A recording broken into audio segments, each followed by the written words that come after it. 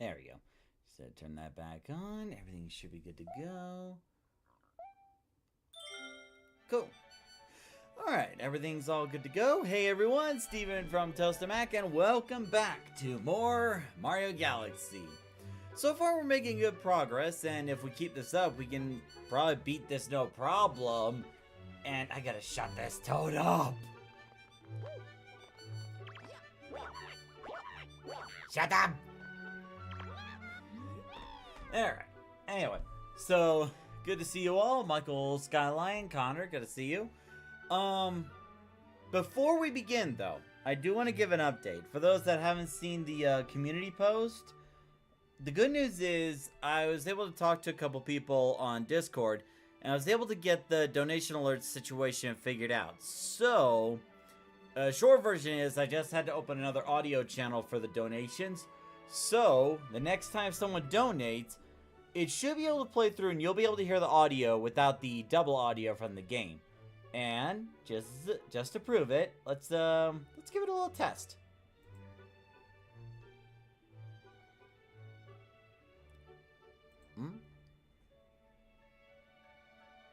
What the?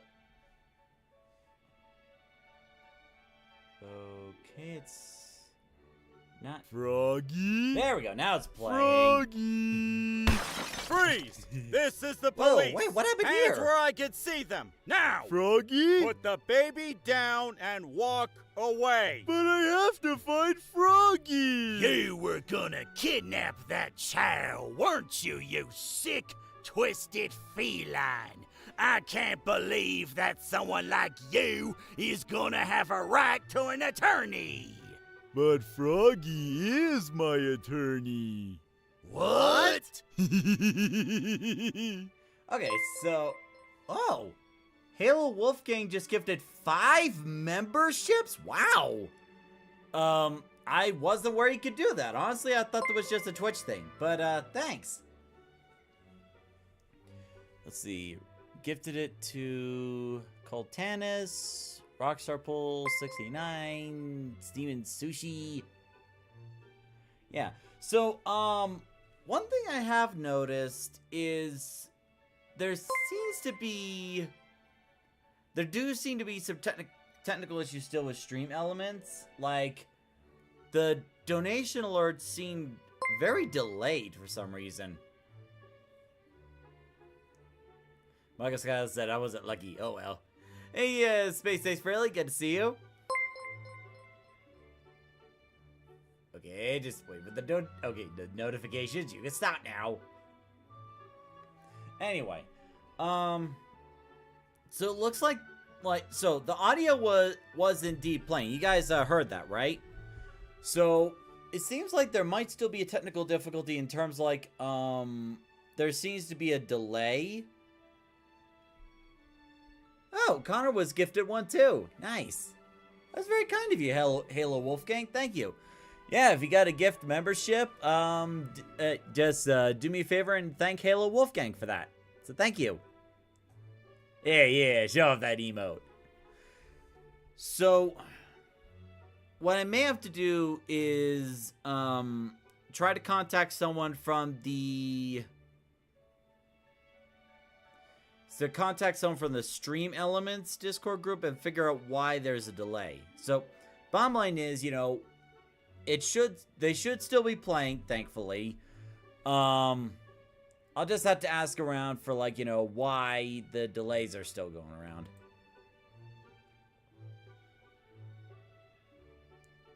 So it's like I submit here.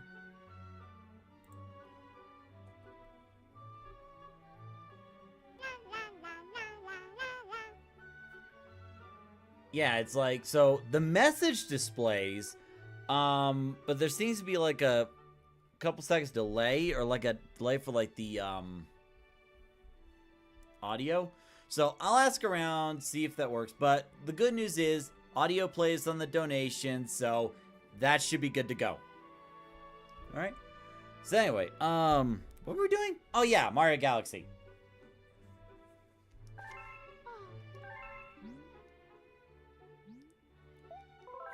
Might as well grab that.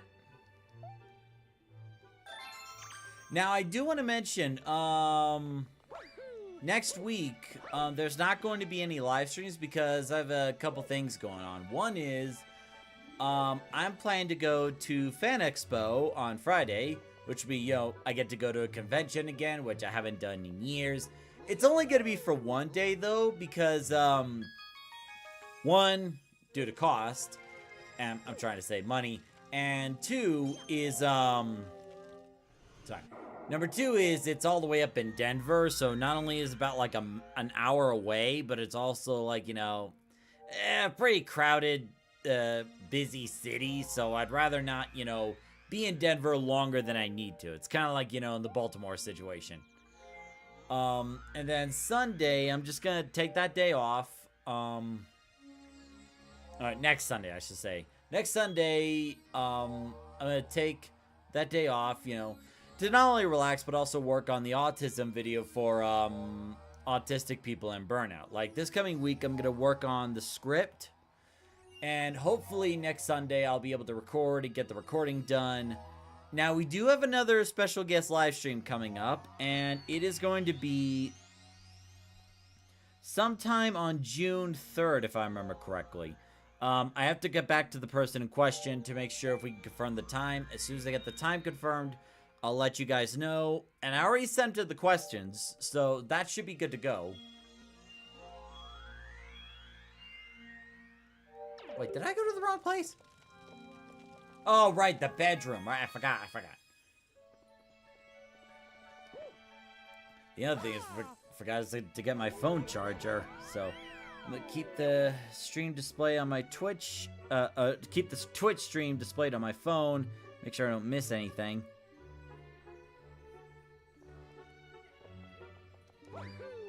But yeah, thank you again to Halo Wolfgang for those 5 gifted memberships. That's awesome.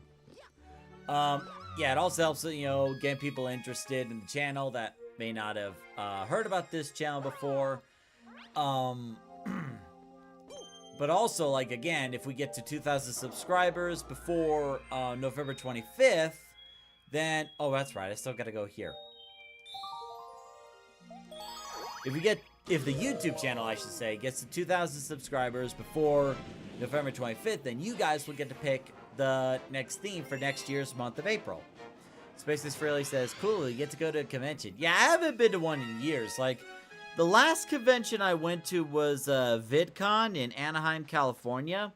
And that was just, you know, to try to get connected with other YouTubers and learn tricks about being a better YouTuber and stuff. And then there was also Josh from the Josh Speaks that I met with a few times, but I'm not really sure if he's gonna go there much. Like, I'm not sure like how involved he is with YouTube these days, because Josh actually is married and has a child, so I'd imagine that takes quite a bit of time.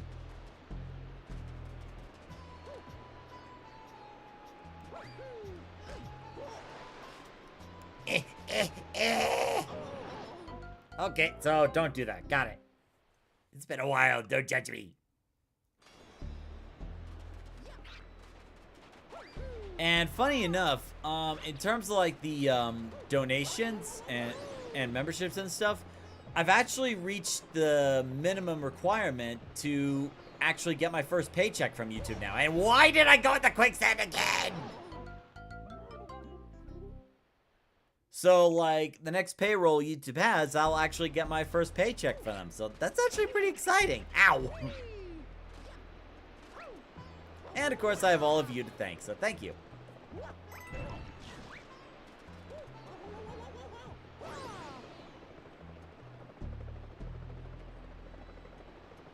Okay, I'll just do the smart thing and just land here. There we go.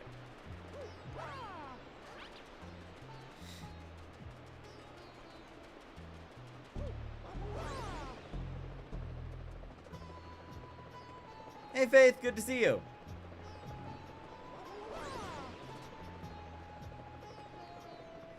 Hill Wolfgang says, okay, so the gift subs were MVP. Oh wow.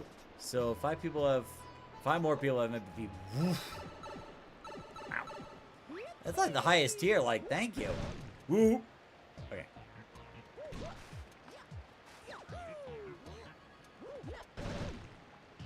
So we'll see how it goes. Like, you know, sometimes it could just be, you know, just a 1 month thing and then it goes away. Or maybe they'll check out the channel later on and be like, huh, maybe I'll stick around. We'll see.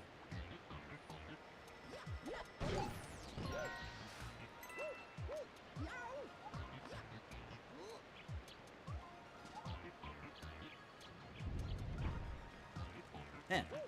Neat.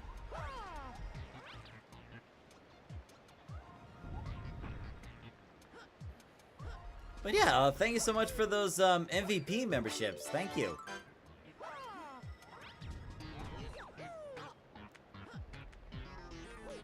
Yeah, so basically, oh, yeah. Ha, no.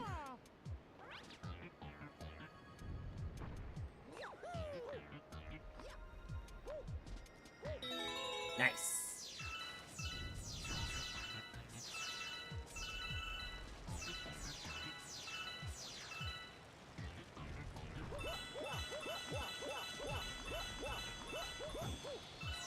So the nice thing about the gift memberships is that, you know, it gives them a free trial, you know, about, you know, what they can expect to see on this channel, and if they want to continue the membership, great. And if not, oh well, at least they know about it, and at least they tried. Bonk, bonk.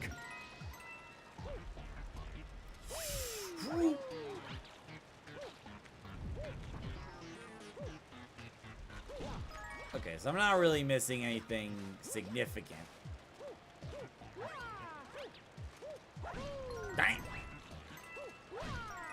Darn it! Oops.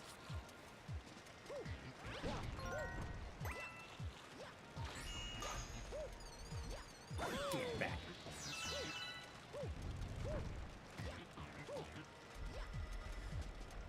Faith says, so it's a 1 month free trial. Yeah, pretty much.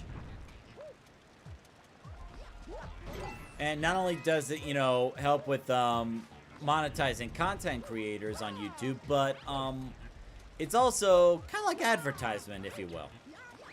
So basically, they get a notification like, hey, you've been gifted a sub to, or gifted a membership to this YouTube channel. So they can check it out, and if they seem interested, then they'll be like, yeah, maybe I'll continue the membership. Or they just, you know, let that membership expire.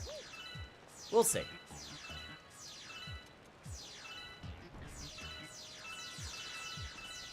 Now, of course, the other thing to keep in mind is, like, you know,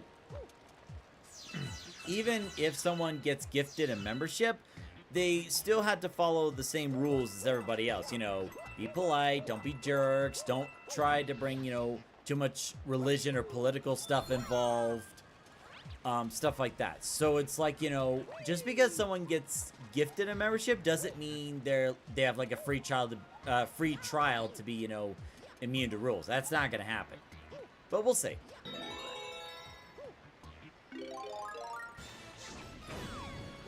Oh, great, now I get to set plants on fire.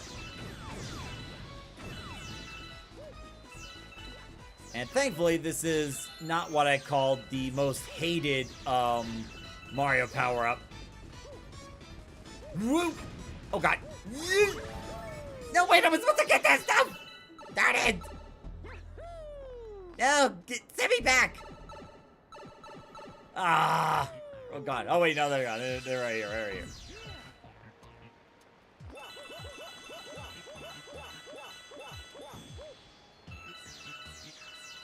Face says, interesting. There's also this YouTuber that I watch called Slick Frame, and he has channel memberships on his channel. Yeah, so basically, channel memberships are basically,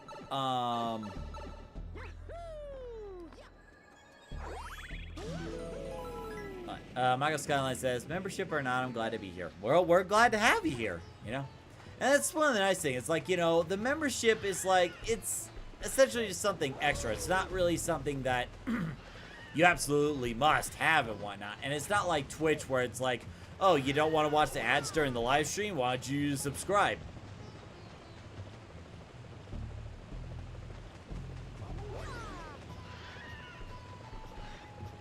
There we go. Get out of here. Ouch! No! No! Yeah, dang. Yeah, so memberships become available when content creators reach a certain milestone. So it was like you have to have 1,000 subscribers and a certain amount of watch time on videos and shorts within the span of 1 year. And like the biggest factor that helped with that was the video I made about why many autistic people love Sonic the Hedgehog. And like that video just exploded. Like, I think it's like what, over 48,000 views now? And it was because of that, and people were watching that particular video alone, was able to accelerate the watch time. And then like the beginning of last year, I was able to get the channel eligible for monetization. Now the other thing is like just because you just because your channel becomes eligible, that doesn't automatically mean, oh, you can start making money. So afterwards, your channel has to go through this approval process where YouTube looks at your channel and deems whether or not you can monetize it or not. Like, if the content is like family friendly, it meets YouTube's guidelines, stuff like that. And, you know, the other thing is you don't always get approved the first time. So the fact that this channel got approved the first time, like, that's absolutely incredible. Ah, no! No! No! Ah! What if it's everything? Oh! Ooh! Eh!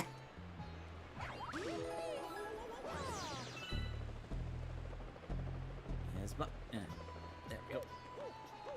Wait. There we go. No! Wait. There we go. Whoa!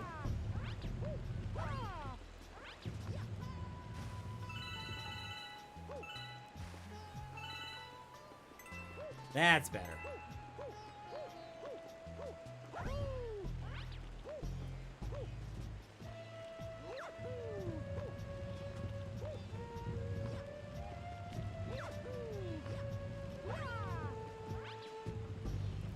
Let's see, the true honor will be flying with you and other pods in Star Fox 26. Yep, that's coming very soon. And hopefully I can have this game beat by then.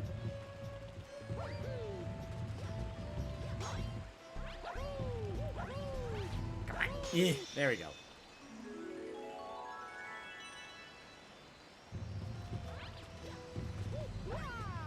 There we go. Alright. But yeah, like, yeah, gift memberships really help with, you know, spreading the word about the channel. And, you know, if they like it, you know, maybe they'll tell others about it. If not, oh well, at least it was worth a shot. Oh, Michael Skyline, you playing Mario Galaxy also? Ugh, hungry Luma, okay. Go.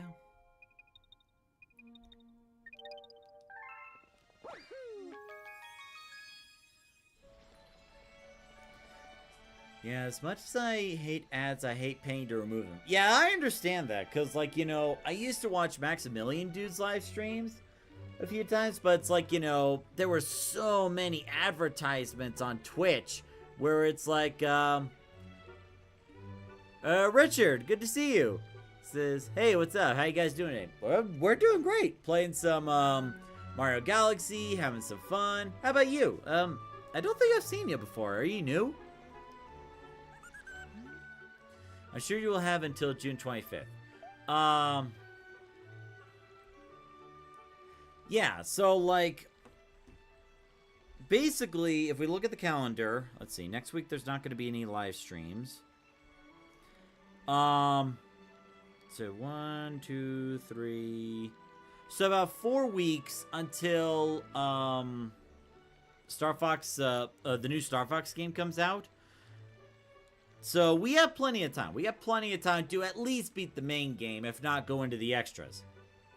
Let's see.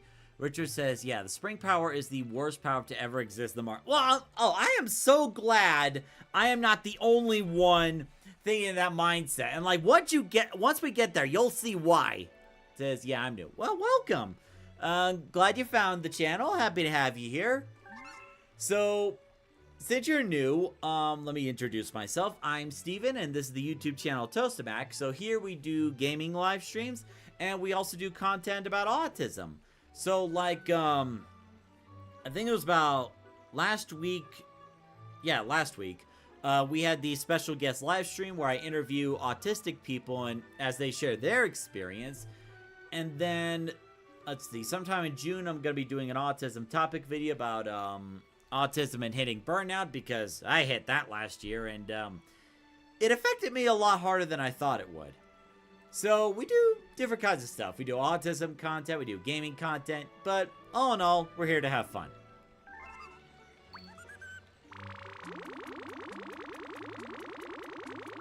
Now, if you excuse me, I'm gonna flate this Luma until it blows up.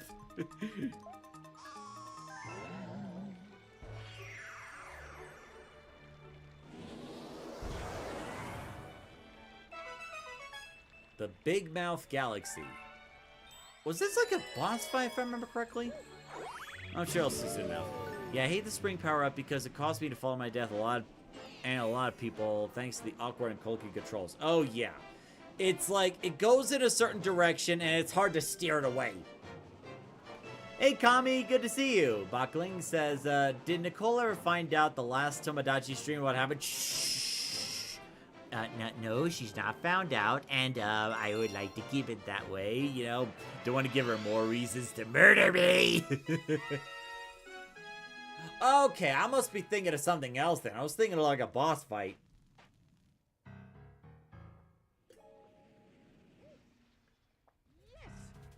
Alright.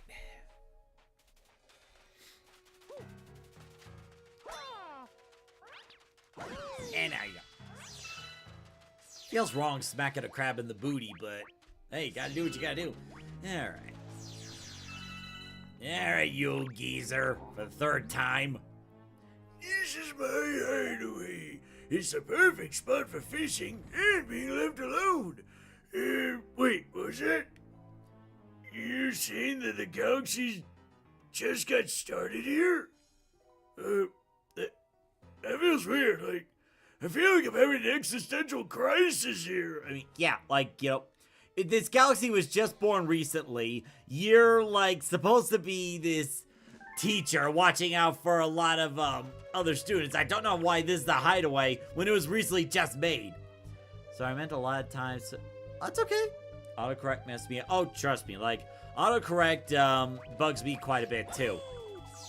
Like, I actually have autocorrect turned off on my phone, but it's like, now I have to actually watch what I spell, you know?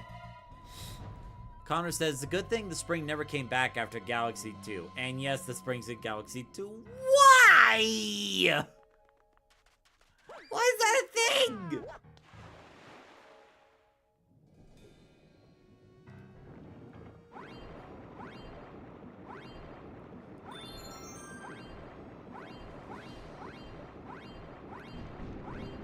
Go.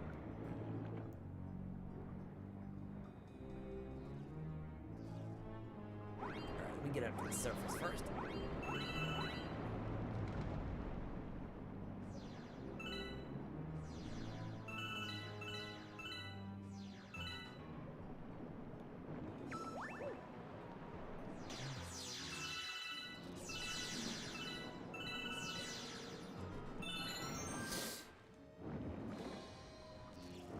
I reckon I don't want to be near that big jellyfish.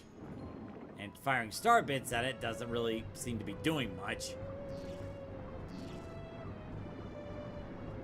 Hello, little jellyfish. Don't mind me. Just sliding through. Cool.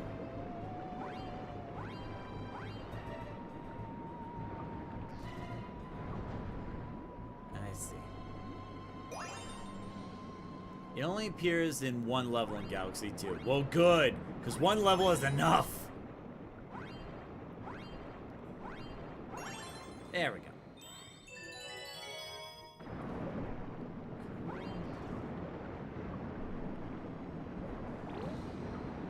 Hey! Ouch! You!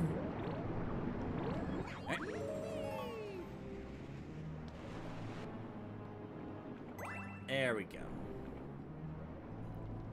Okay, so if I remember correctly, like, I can't hit anything or try to launch this at anybody. Otherwise, I have to go all the way back and do it again. So I'm just gonna guide this through, thread the needle. There we go. Oh god, there's a bunch of booze.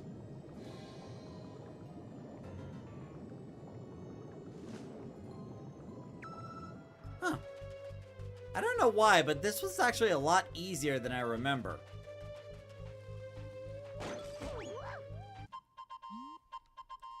Man, that was close. Oh, Mario, I forgot to tell you something. Forgot to tell me that you were stuck in a chest and suffocating for air? I was trying to get a star, but I fell into this treasure chest. Let me tell you, it's even smaller than it looks.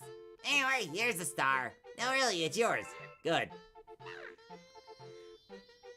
God, that would mean if I just left him there, that Captain Toad was just suffocated in there. Probably developed claustrophobia, too. Hey.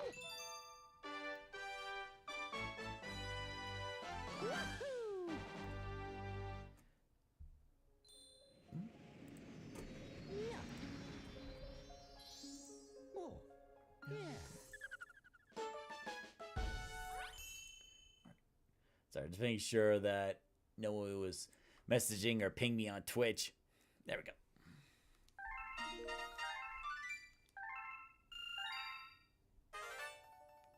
Oh, good. More story time. Because we all enjoy that.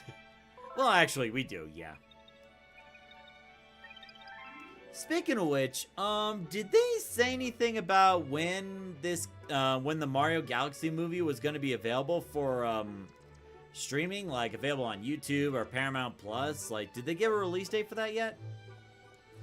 Richard says, I feel like the Red Toads are so nonchalant and happy, even though they're trapped in treasure chests in the SMG games and NSMBW for a while. Yeah, I'm not really sure how they, cope with being stuck in a chest. Like, maybe if they, have some Uno cards to play with or something. Alright, let me get some water real quick. Really important.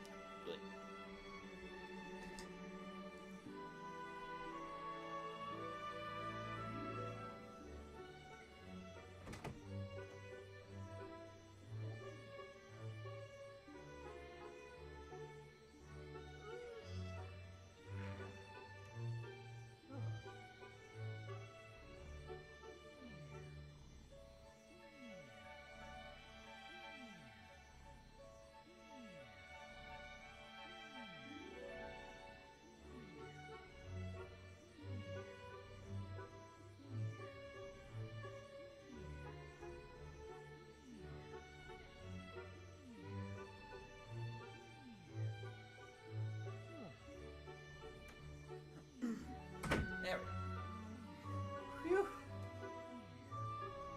I rewatched the first Mario Brothers movie and the big year with Jack Black. The Big Year? What movie was that? Oh, put this back on. Oh, and before I forget, Halo Wolfgang. I'm not sure if you're watching this right now, but part of the MVP membership is, and I mentioned this in the channel in the members only post on YouTube.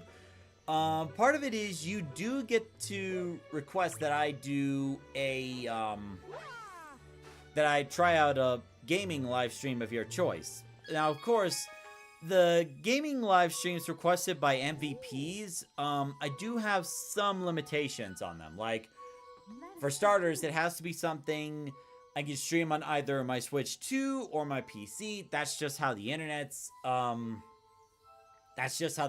hooked up. Cause like, unfortunately, if I take my cord from the computer and plug it into like my PS5, then my computer would have no internet. The other thing is, it has to be, you know, nothing too mature, nothing too out there. Like, it can't involve too much gore stuff. It cannot involve nudity. It has to be something that can still be played within YouTube's rules and Twitch's rules. You know, try not to get banned here. Connor says, so I could do a request?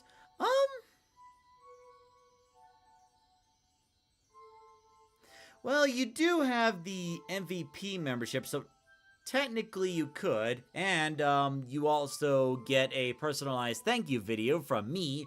So if you want me to send you a 30 to 60 second thank you video along with the personal message of your choice, I can do that too.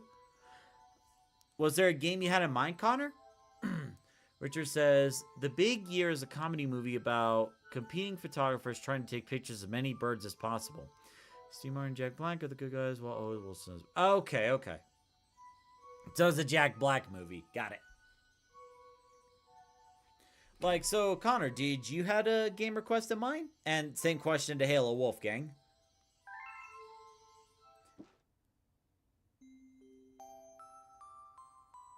Alright, so a little storytelling, and then I'll go into more detail about it.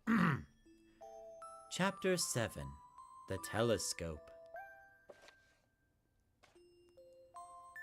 After seeing their 100th comet, a sudden thought popped into the girl's head. I wonder if my home planet is still as blue as it was. That's when she remembered her father's telescope. Peeking into the telescope, a tiny blue dot floated into sight. It was smaller than a star bit. How strange. It's so far away, but it feels so close. She twisted the knob of the telescope, and the blue dot grew until she could make out a grassy hill dotted with flowers. It seemed familiar to her. Halo Wolfgang says, I'm going to let Michael pick for me up. Oh, okay. If that's what you want to do, I suppose that could work. Zooming even closer, a terrace on the hill came into view. I used to go stargazing there when I lived on my home planet.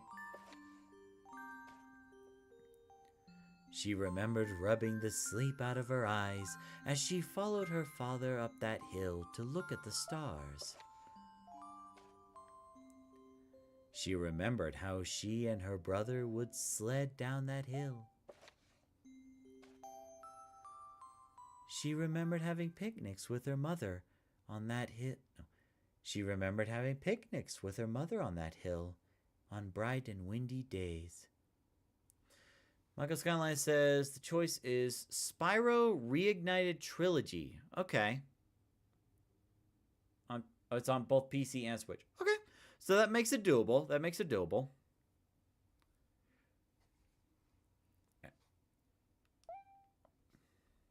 And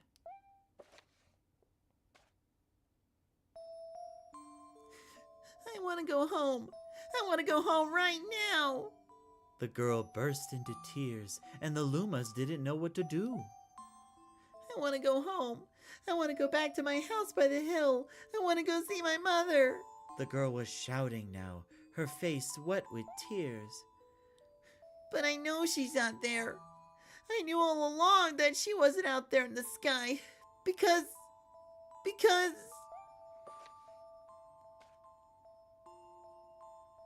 she's sleeping under the tree on the hill. Yeah, this is where, like, the story took, like, a really dark turn. Like, she's talking about, like, loved ones and family, and then we get to this part where it's revealed that the mother is dead. That's quite a change of tone. The girl's cries echoed through the stars, and a hush fell over the area. Well, that's one heck of a cliffhanger to leave us on, really? Connor says, oh my goodness, she passed away. Yep. Yeah, it's like, you know, it's like she's remembering all this, she's missing her family, then we get the reveal that mother's dead. Like, I remember when I first got to that point where it's like, it took a little bit to click, and then I was like, no way!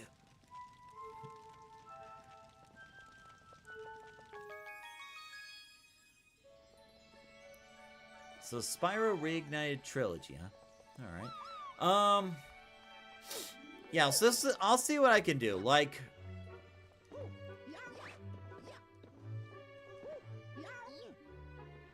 Wait, why do I keep coming back here? Maybe just for the one-up. So I'll need some time to think about how to do the MVP streams, you know, now that it's actually on the table. So what I may end up doing is, like, maybe a third separate day, but that live stream in question might be shorter, since it would be, you know, on a work day. Connor the Dragon says, geez, that's a little dark for a Mario game. Well, there have been other moments where a Mario game has gotten dark. Like, there's like quite a few dark moments in Paper Mario the 1000-Year Door. That has some dark moments.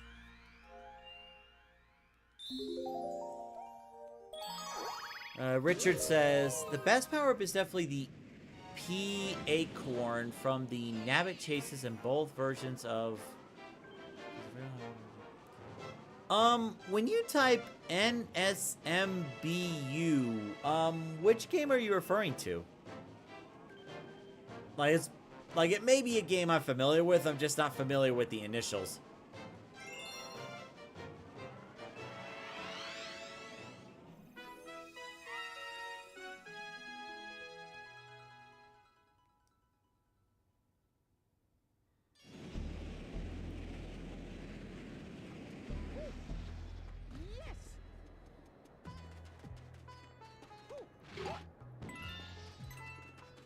New Super Mario Brothers. Oh, okay. Oh, so you're talking about the Acorn power-up where Mario kind of glides around, kind of like with the Tanuki suit? Is that it? There we go.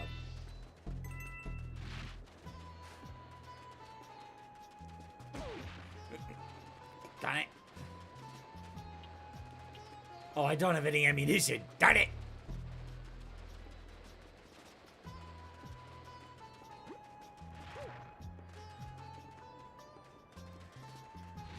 Okay. So do I try to ground pound him before he gets up? Is that it?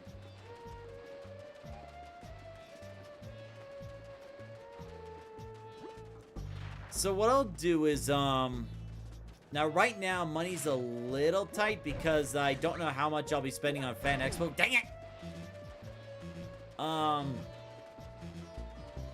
It'll probably be like the paycheck after the next paycheck. Yeah, the glide fighter. Yeah.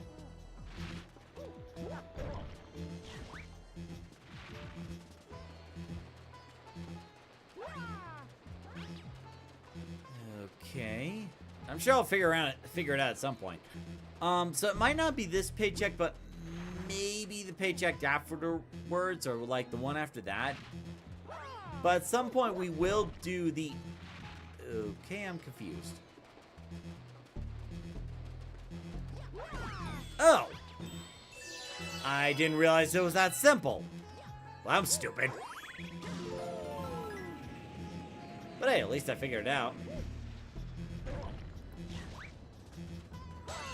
Yeah, the one I'm talking about, the power-up that allows you to glide and fly around continuously for one level. Yeah. I think it was both the Tanuki suit and, in a way, the... What the... Why were you moving? As I was saying. It was a Tanuki suit, and there's also the cape from Super Mario World, where you get a running start, and then you get basically, kind of like what you said, fly around for basically the entire level. Which is great if you're trying to complete a level quickly. Gotcha.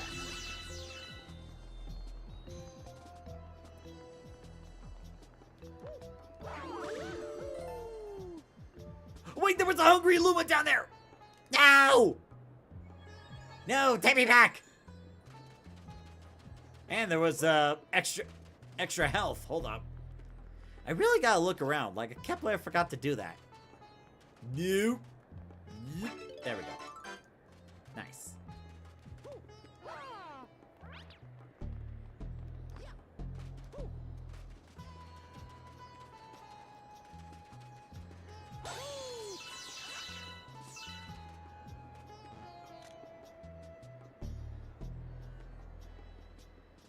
I mean, not like I needed that star.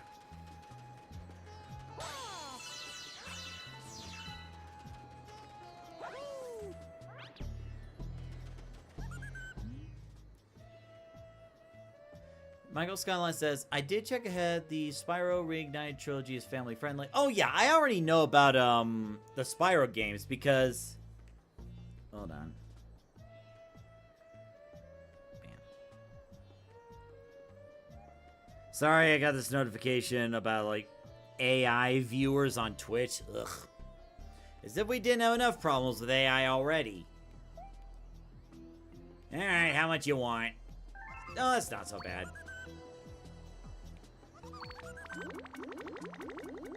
There we go. Yeah, so like I actually remember playing the original Spyro trilogy when it first came out on the PlayStation 1. So there's no need to worry about that. Like, you know, I'm already familiar with how Spyro works, and I have seen people play the Spyro trilogy. The Reignited trilogy or whatever. So we can give it a shot.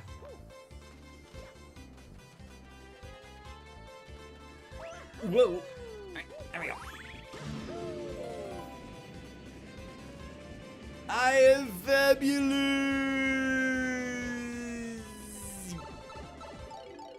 Oh, it ran out just when I got in here. Ah, it's one of those levels. Okay.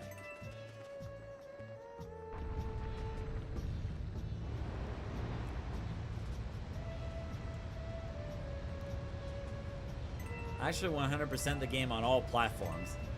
Yeah, so like, I feel like between those two, between Spyro and Crash Bandicoot, between Spyro and Crash Bandicoot, I feel like Spyro is an easier game, because, like, I feel like the Spyro games give you more abilities to work with, whereas with the Crash Bandicoot games, it's mostly about skill, like how good you are at the game.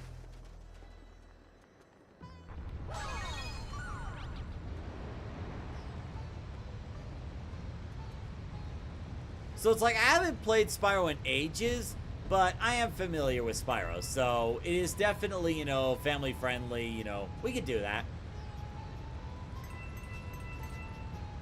Oh god, yeah!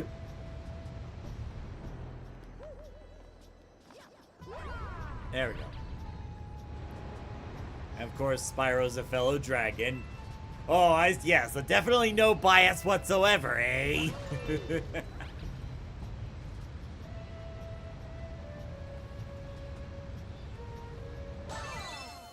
So I'm not exactly sure when I'll have the money for the game, but I will get it for you guys. Ah, it's one of those green stars. Why you gotta make me trek all the way over there? Why?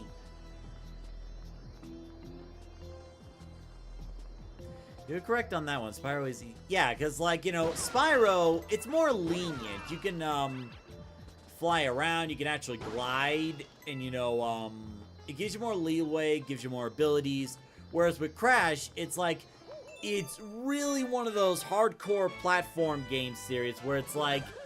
Yeah, the later Crash games give you, like, different abilities you can use after you defeat bosses.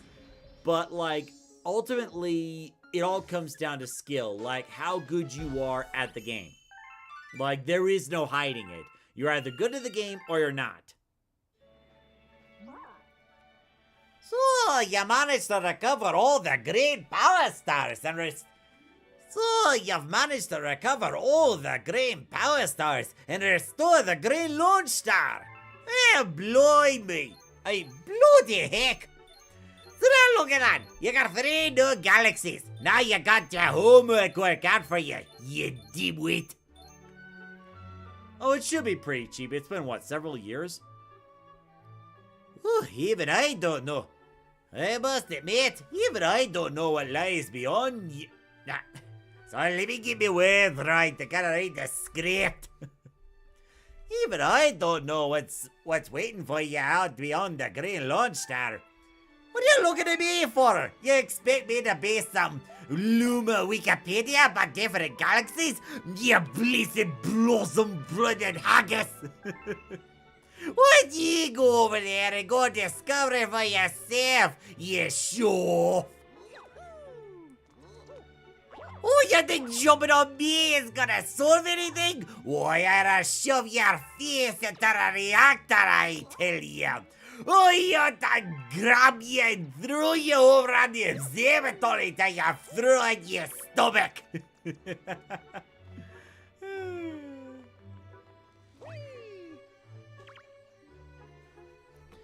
I guess the question is, like, do we want to play the game on Switch 2 or PC? Like, maybe it'll come down to performance or something like that. Here, let me take a look. Spyro Reignite Trilogy. What's the cost?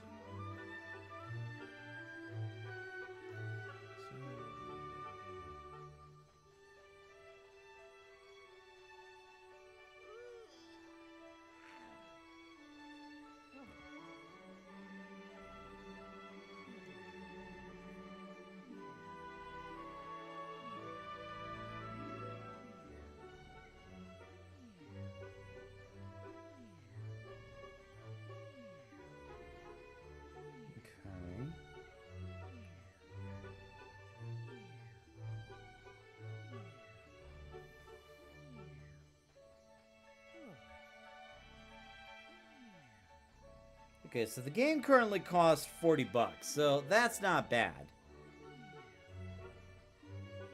So, like, it might not be, it may not be, like, this paycheck, but maybe the next paycheck I can get it. And what we'll do is, I'll take a look at my work schedule. And it'll probably be on one of my work days where I'm not doing an evening shift. But keep in mind, it will be a shorter one since I'm going to not be streaming on a day that's not a day off. Let's see. Yeah, so like the second week of June I might be able to do because those are morning shifts. Well, some of them anyway. So I might be able to do that.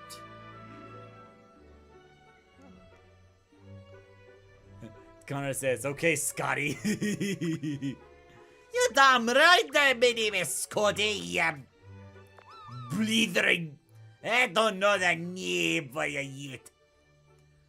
The doorway to the trial galaxy has been restored. May the light of the cosmos be with you, brave challenger. Let's save that for later. Let's get more game progression in, and if there's time during the stream, then I'll do it. Because I do at least want to get the new room, the next room unlocked.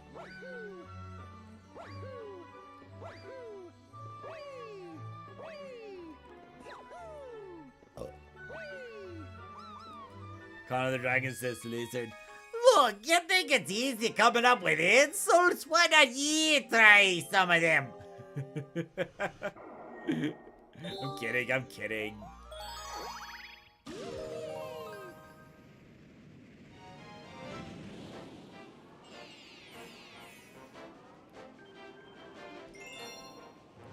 Okay, so that's all the green stars, so thankfully I don't have to, like, worry about them anymore.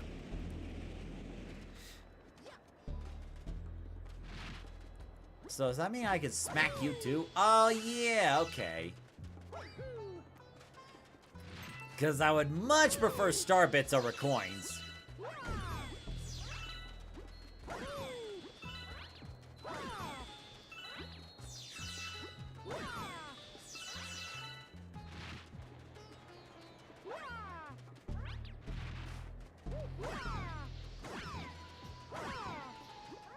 Yeah, you better run.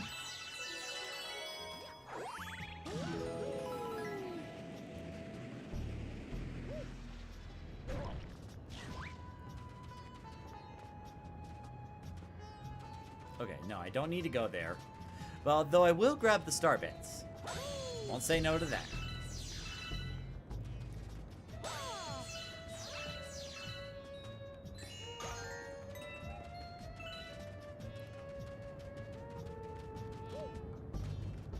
That.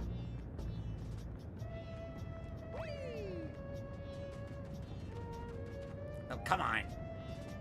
Yeah, there you go.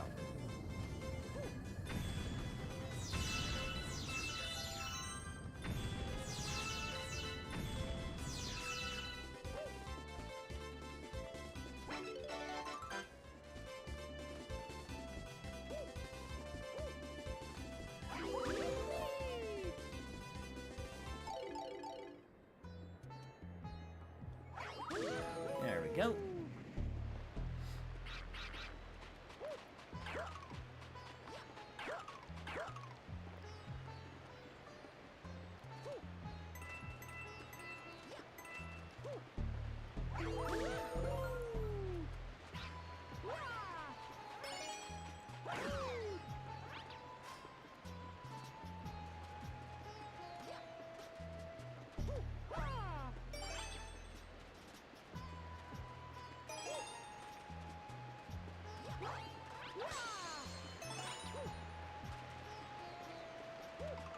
Now, why would they give me a shell?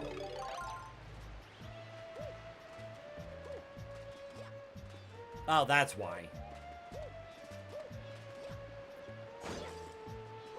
Cool. Space Ace Fairly says, can VIP members suggest a game for you to play? Unfortunately, no. That is only for the MVP level. And the reason for that is, one, I don't suspect that many people would go for the MVP level. In fact, I'm actually surprised about the 5 gifted MVP levels. We'll see what happens with that, whether they stick around or not. But also, too, like, it also still leaves room for, you know, the other 2 regular live streams that we do. So, like, I still want to play the upcoming Star Fox. I still want to play, the Tomodachi Life game, because I'm enjoying it, and clearly all of you are enjoying it. So it's like, the problem becomes, if I take in too many requests, then what happens is, not only would it be hard to keep track of them all, but also, like, we wouldn't be able to have time for the standard ones.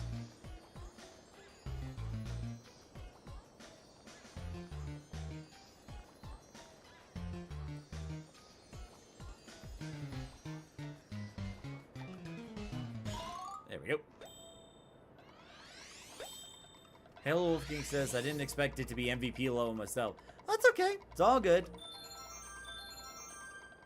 And again, like, we don't really know if they're actually going to check out the channel. Oh, there's Macaroin with Caesar. Good to see you, Macaroin. We're actually having a lot of people over on YouTube, so it's quite a party. By the way, Macaroin, have you seen over on Twitch where it's like, you know, there are these AI viewers now? Do you know that? Do you know that that's a thing?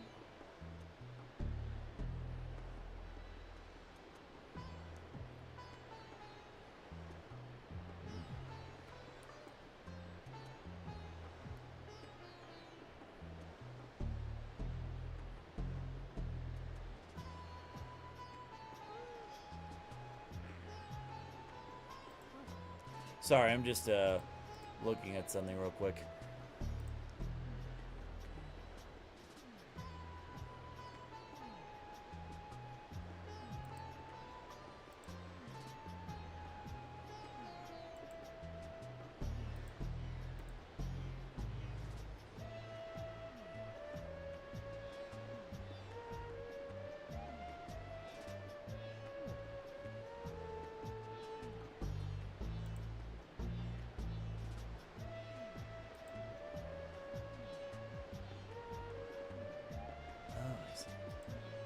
Okay.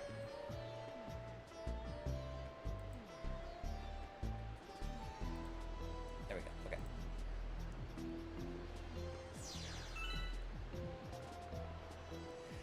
Now the other thing is for anyone that becomes a member, like, where am I? Okay, there we go. Oh, now I remember what this is. I remember it being a bit challenging back when I first played it. But back then, I wasn't as good of a gamer as I am now. Now, one thing is that all memberships, of all members of the Chow Club, regardless of what level of membership, they still get, you know, the badges, the emotes, and they also, what they also get is shout outs in my autism videos. So when I make the autism video about autism and burnout, ew, take it.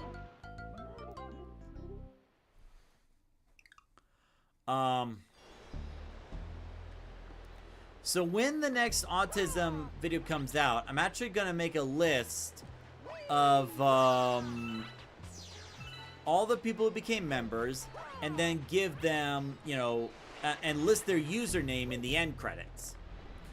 Let's see. Halo Wolfgang says, so I heard from my buddy, Mike, that relates with Star Fox and a bush. What's that about? Okay, so, the joke about that was basically, while I was playing Star Fox Event Horizon, one of the Saria levels, what happened was I flew into a bush, I couldn't get out, and then it ends up killing me. So what happened was Michael was reporting that issue as like a glitch to to the Gnosis Discord group. Gnosis is a software behind making Star Fox Event Horizon. Now, what had happened was, when that clip was shown in that Gnosis Discord group, everybody in there was laughing their butts off. They were making jokes about killer bushes, or like, oh, there's a beautiful lady in the bush, or something. Oh god, like, they were laughing their butts off about me dying in the bush. I was like, oh god, I've become a laughing stock there now. So that's what that's all about. Oh wait, I was supposed to go over there, shoot.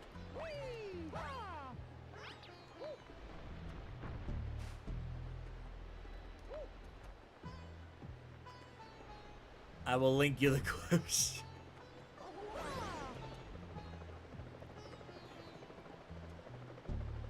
Yeah, it was like absolutely ridiculous. But it was still fun though. Okay, so why am I here? Feels like a dead end.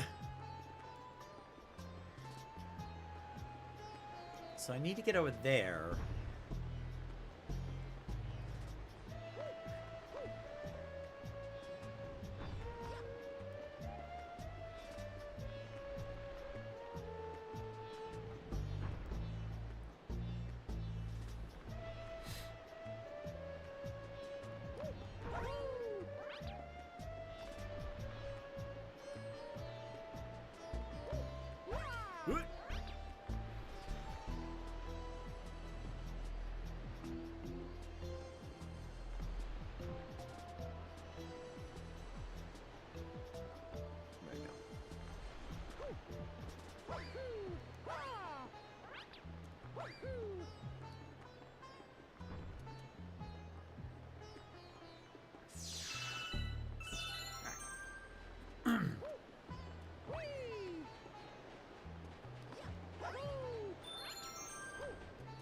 Now, if I remember correctly, there was some reason that I had to avoid those tornadoes. I'm sure I'll figure out eventually. Oh, now I remember, because some of them have those cluster rocks. Can I actually destroy those rocks? I've never tried that before.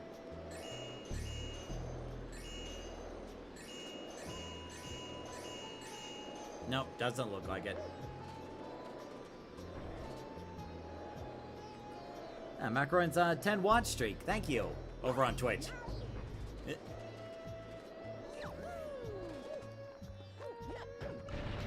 Oh, now I remember. It's on a timer. Ah! The tornadoes actually slow you down.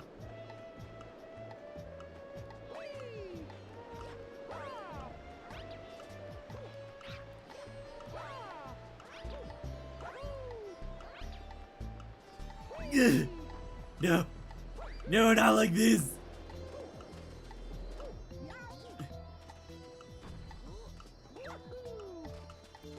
First try.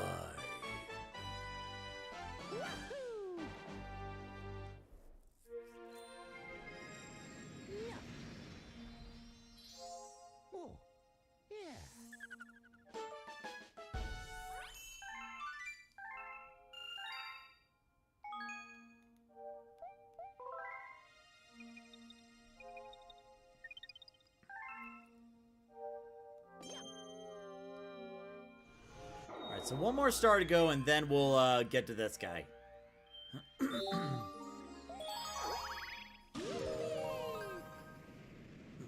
You.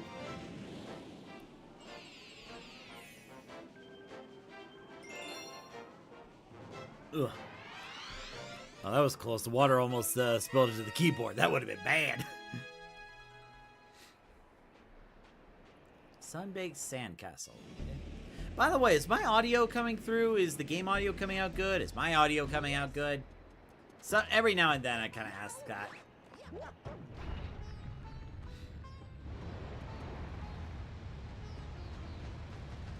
There we go.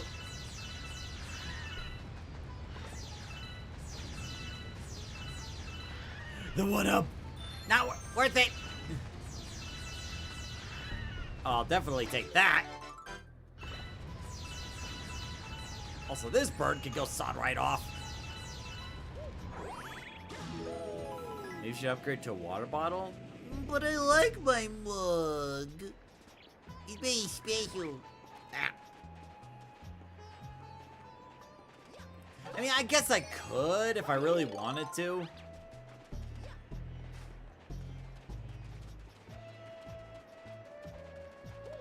Also, you know, with the style of this mug, can you really consider a water bottle an upgrade?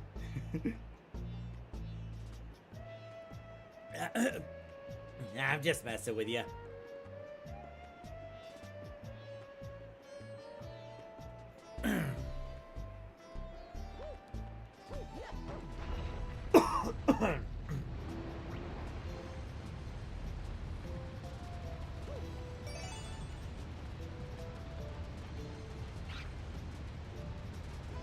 Oh wait, there's what I was supposed to throw it at. Oh well.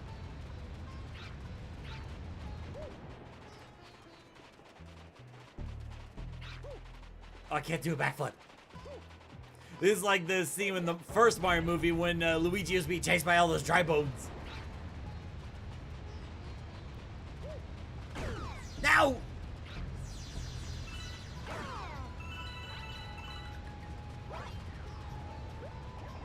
Dang it. That's alright. We can just get it again. Ow.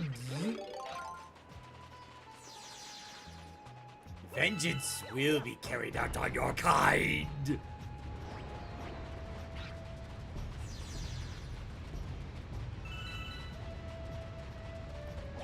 There we go. Yeah, that was probably like the hardest one to get. The rest will be easy.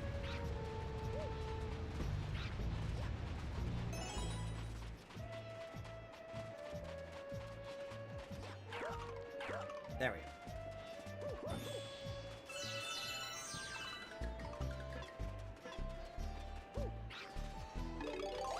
Dang!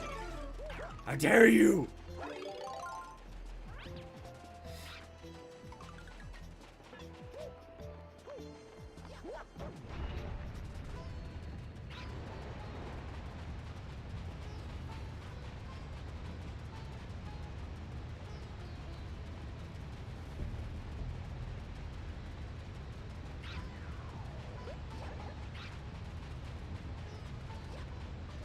There's one of them.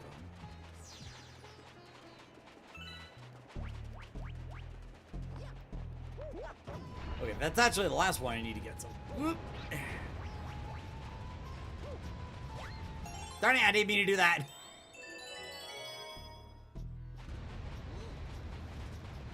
You do not see me.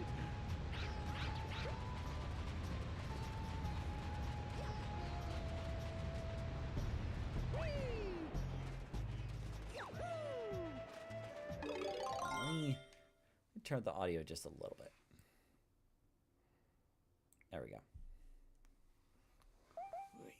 So, Macaroon, if you're still there, what have you been up to over on Twitch? Or other stuff you've been up to?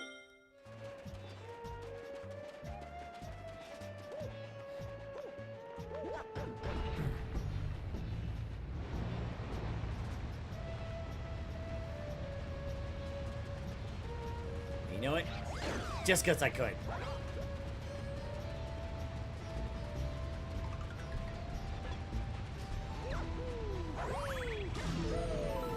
Go.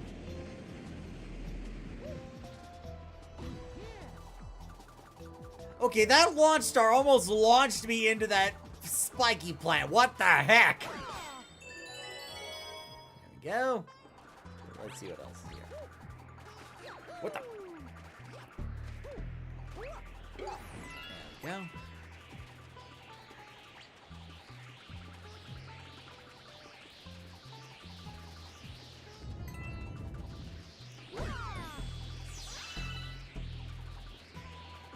Oh, is the sand actually shifting on here? Is it sinking? Oh, nice. Doesn't matter.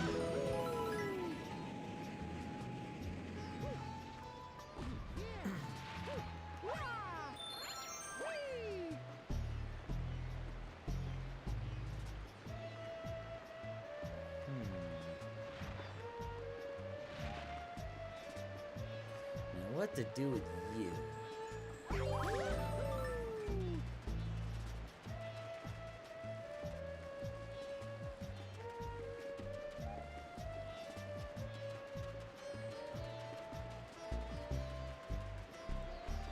Okay, I feel like I was brought down here for a reason. Maybe not that reason. Oh, I get it now. So I have to launch those coconuts over to the other planet so I can start hitting that spiky dude.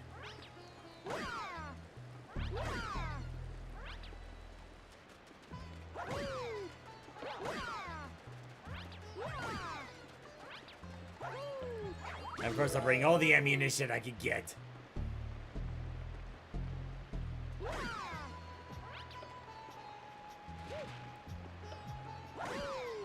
Ah, you... Okay.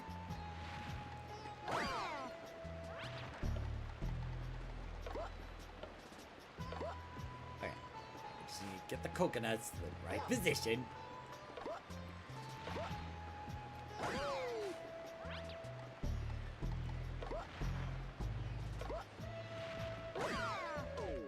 There we go.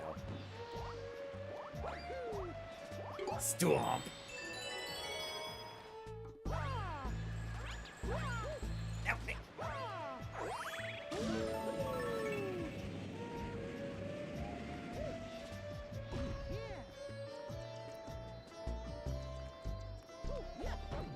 Okay, so there were other times in other galaxies where a launch star would launch me through glass and I'm able to break through it. Why didn't it launch me this time? So inconsistent. Now I had to go through all this. Oh, thank you, Connor.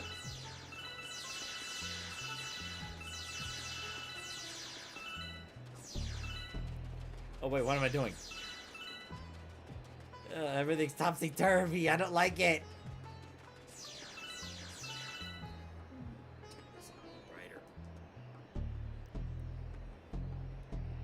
There we go. Whoa. And actually, Macaroon, if you're still here, do you think you and Anthony will be up for some Subnautica 2 later on? Yeah, because me, Macaroon, and Anthony have played Subnautica 2 for the first time. Oh, I'm sorry. I actually can't talk about that Subnautica 2 right now because I'm about to die. No. Okay, just gotta get moving. Gotta get moving.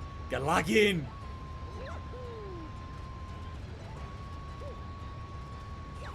There we go. You. Okay.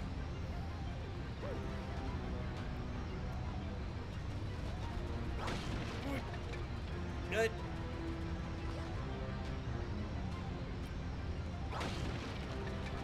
Doesn't help that I'm fighting the controls here. Not like, you know, bad gameplay wise, but more like orientation.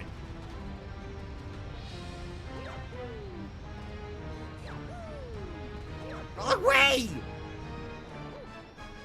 Okay. So anyway, as I was saying, so me, Anthony, and Macaroon have started playing Subnautica 2 for the first time. Now, I will admit that, you know, I didn't think I was going to enjoy that game at first, and it's probably not something I'll stream here, but that's more like, you know, technical stuff. Connor's like, oh no, the sand's rising, or falling? I don't know. Your guess is as good as mine. Oh. A speedy comet. Okay, sorry, I gotta take this first. Ugh. So, like, at first I didn't think I was going to enjoy Subnautica 2, but it's actually pretty fun. And not as scary as I thought it'd be, because, like, I only knew Subnautica 2 by the jump scare videos I saw of those big monsters. Oh god, not this one. I remember this would be hard, like, if you don't get it right, like, you can lose so much time. Ugh. Do I really have to fight all 3 of you? Or all 5 of you? I can count. Yeah. Yeah.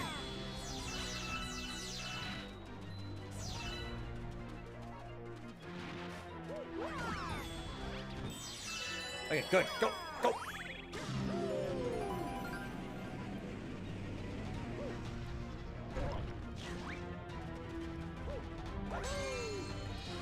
Okay, I'm not gonna waste time with those boulders. I just gotta go.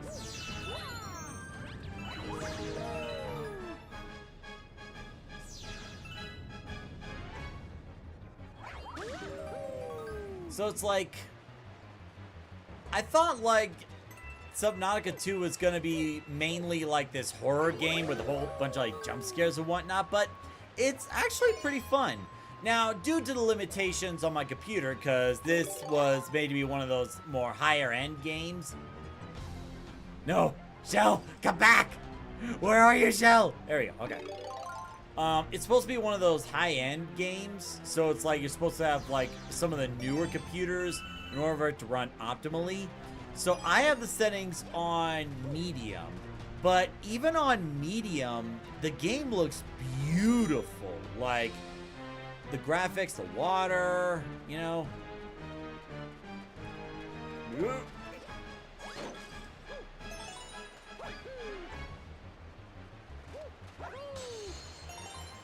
Now, the reason I probably wouldn't stream it is because, one, we already got plenty of games to stream already, you know, with the upcoming Star Fox, Tomodachi. There's also,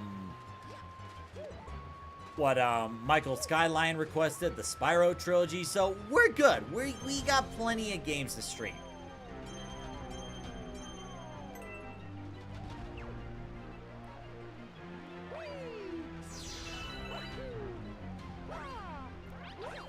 No, not that way. By the way, Toastmag, are you gonna do communication for Star Fox 26? So what I'm planning to do is I already requested at work to take that day off. So what we might do is play through the campaign and then, you know, like, well, do as many of the missions as we can, you know, get the most out of the story mode. And then whatever time is left, we'll do some multiplayer. Now, I did reach out to Austin McLeod, and he said that he would love to do some collaboration streams. So we're definitely gonna do some Star Fox multiplayer at some point. We just gotta figure out, like, you know, when our schedules are gonna be best. Also, thank God I don't have to deal with those obstacles this time. I only got 1 minute and 15 seconds left. Oh God, I gotta go. I gotta go. Yeah. God, if I don't get this right the first time, I'm done for. Ah! Yes, I know the time. Okay.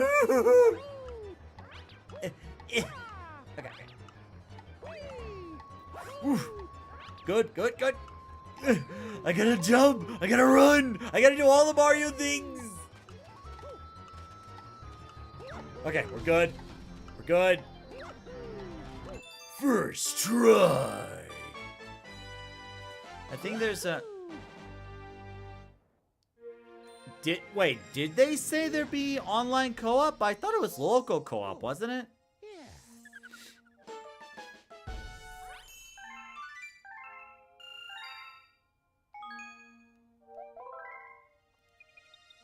Like, yeah, I think we might. Oh wait, no. No, if memory serves correctly, what that is whether there's another secret star. Okay, we'll get this real quick.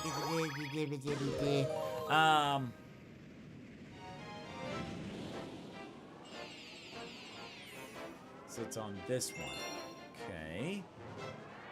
Where would the secret star be here? Can't imagine it be on the last island. Okay. Guess I'll have to keep an eye out.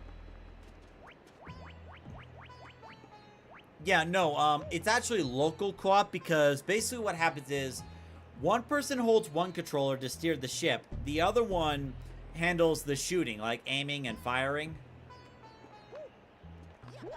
So it's only local co-op. I don't think it's online co-op.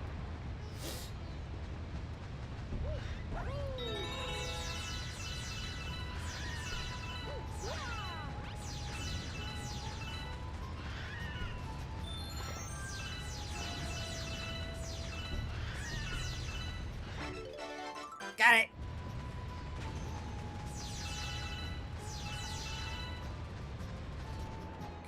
Okay.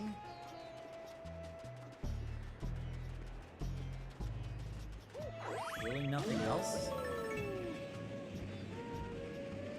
You know what? I think I know where the secret is. It's that small planet where the sand just kept disappearing and the planet grew smaller. I'm willing to bet it's on that one.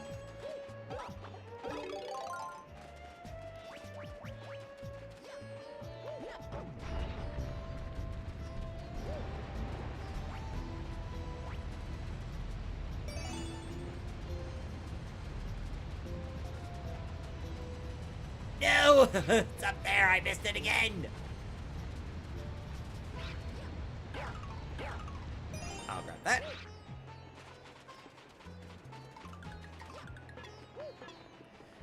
Space Ace Really Girl says, I was watching Scooby-Doo, Curse of the Lakes Monster, when they tried to see the main bad guy inside the... Triboons! You are the bane of my existence! Regardless of which game!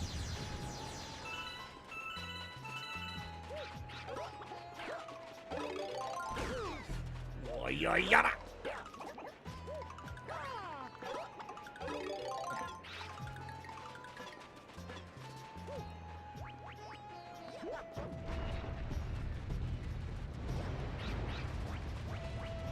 There we go.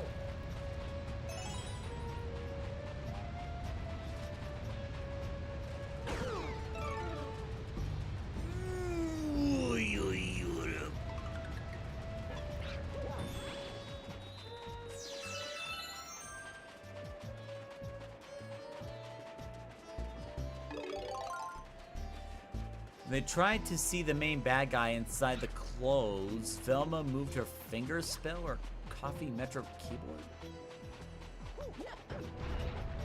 Are we talking about one of the Scooby-Doo episodes, or are we talking about a movie? Like, there was a lot of Scooby-Doo, even back in the day. Especially back in the day.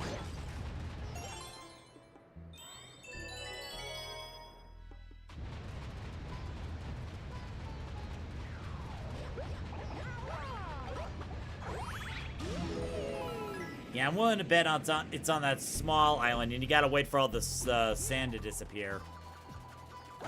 Yeah, it's that one. Right there. Darn it. Okay, so we're not gonna worry about that. We gotta wait for the sand to go away, and then I ground pound that log.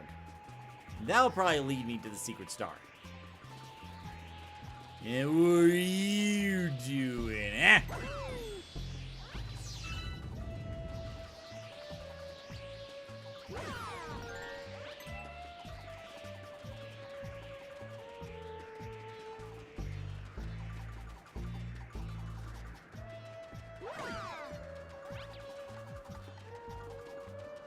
Wait, where is it? There it is.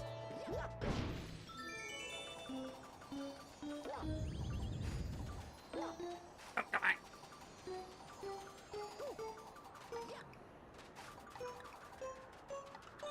There we go.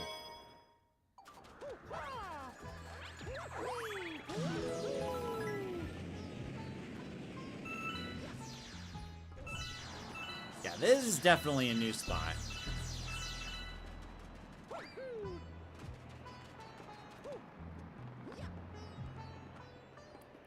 Now, I think I've got to get Bullet Bill to follow me all the way down to something. I don't remember what. Well, that didn't help.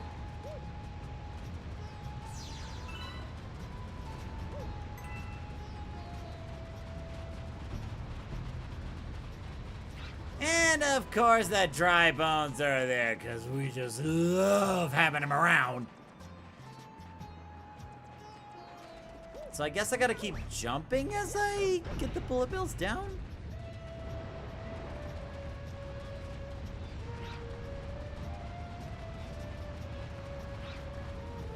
Definitely want to get that rainbow star first before I get the actual star. You!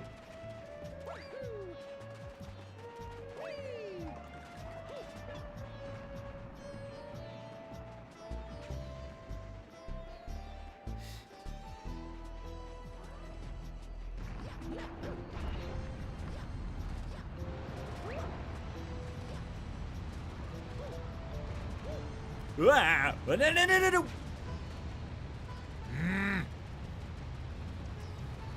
Shit, if I'd known it was gonna be on this level for this long, I would have done the thumbnail on this place.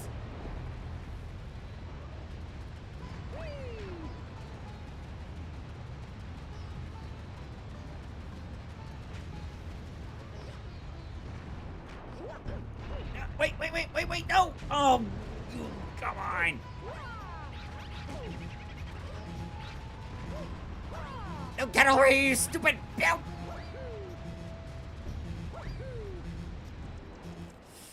We might be here for a minute.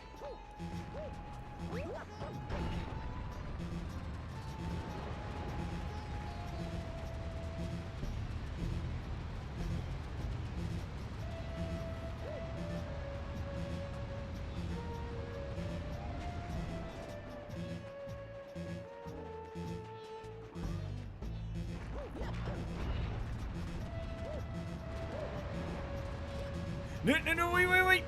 Ooh. Good, just keep following. Not that one. What are you doing?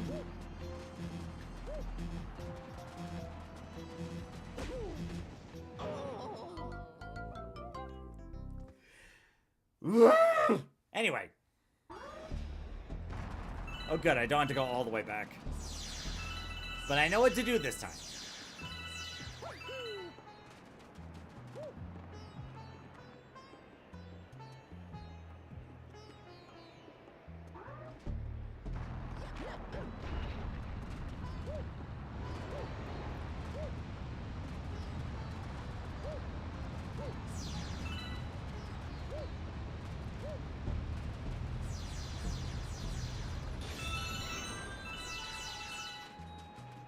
Of all the cages you could have blown up, why that one?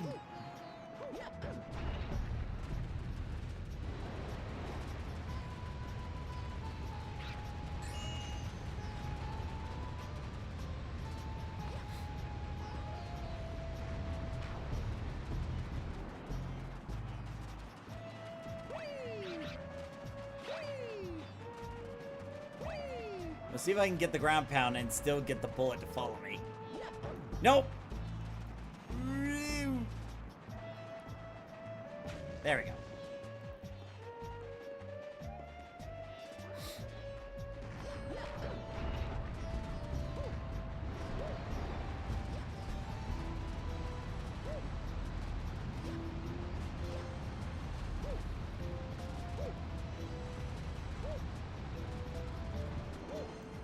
Hey, let's just get the power star and then we can just get out of here.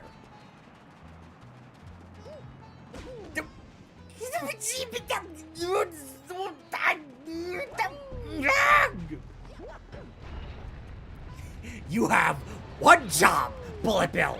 Just the one. Just go to the gate, not me, and blow up. It sounds like three things, but it's only one thing. Actually, no.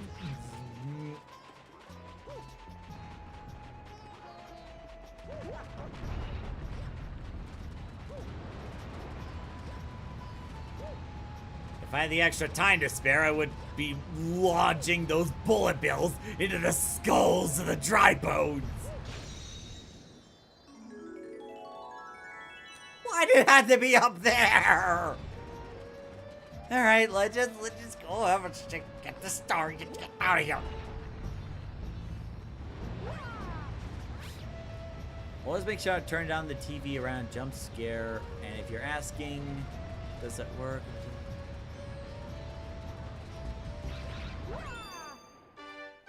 Well, the thing about jump scares is that you can't always anticipate it. And you know, that's, in my opinion, the worst part of it, is that you can't always see them coming. Like in some horror movies where it's like, you know, you can see the build up like, okay, I know it's coming. I can just cover my ears. But you know, there's some that just come out of nowhere.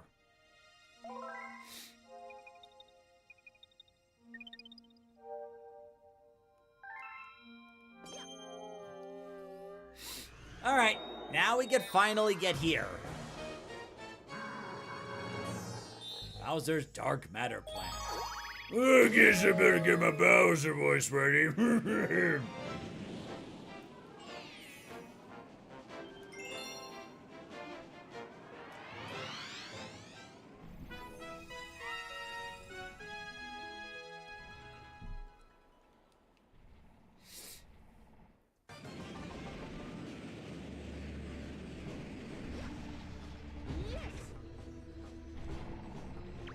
And what do you want? Careful of the gravity. And I'm pretty sure I don't want to be stepping into that purple goo. It's probably purple goo of death.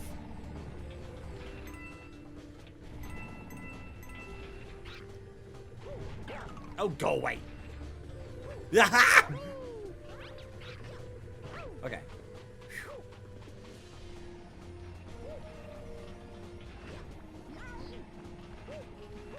Oh no!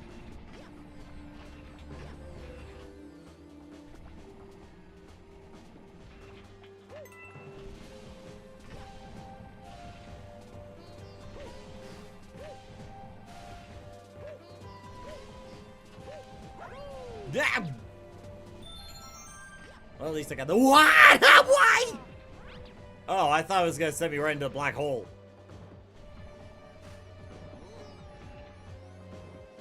Okay, so I just gotta go back and try again. Okay.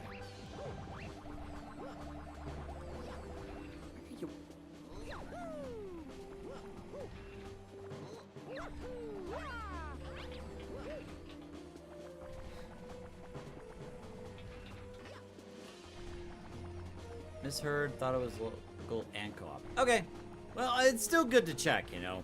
Although if it was also online, I can only imagine how much of an issue that internet lag would cause. There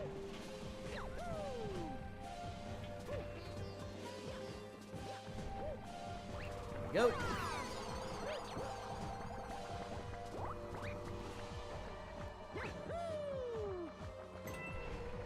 What the?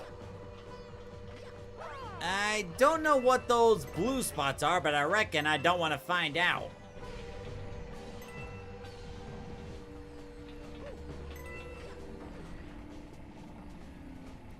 Yeah, because like that basically makes the platforms invisible at this point. At that point.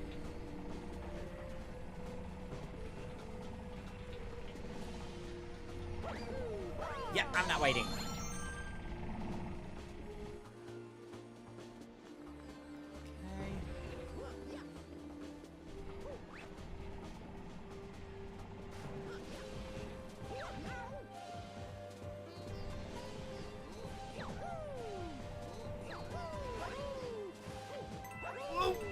There we go.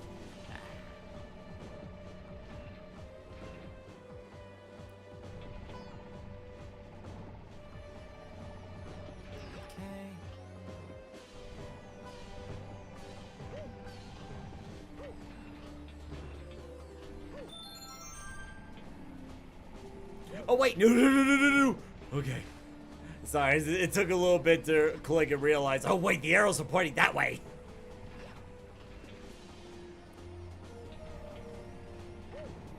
There we go.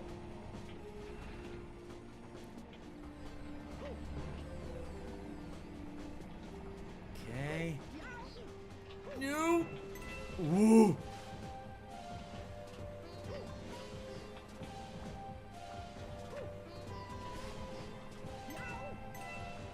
Why do I have to do all this thinking? There we go. Don't have time.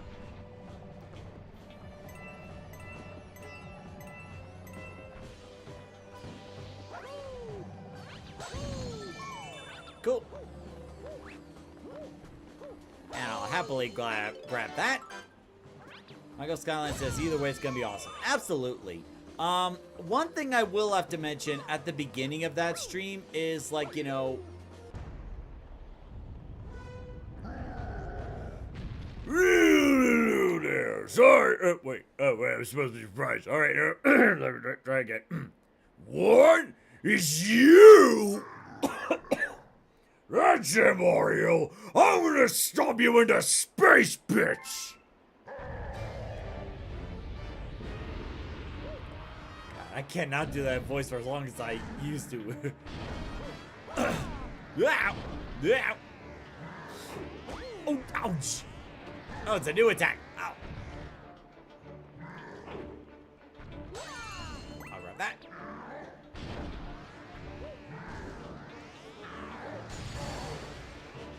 New attack, same pattern.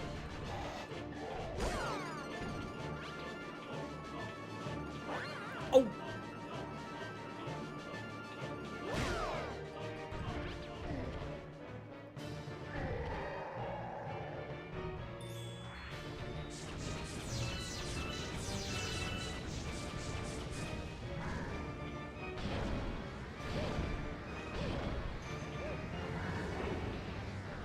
I think another stipulation, ouch!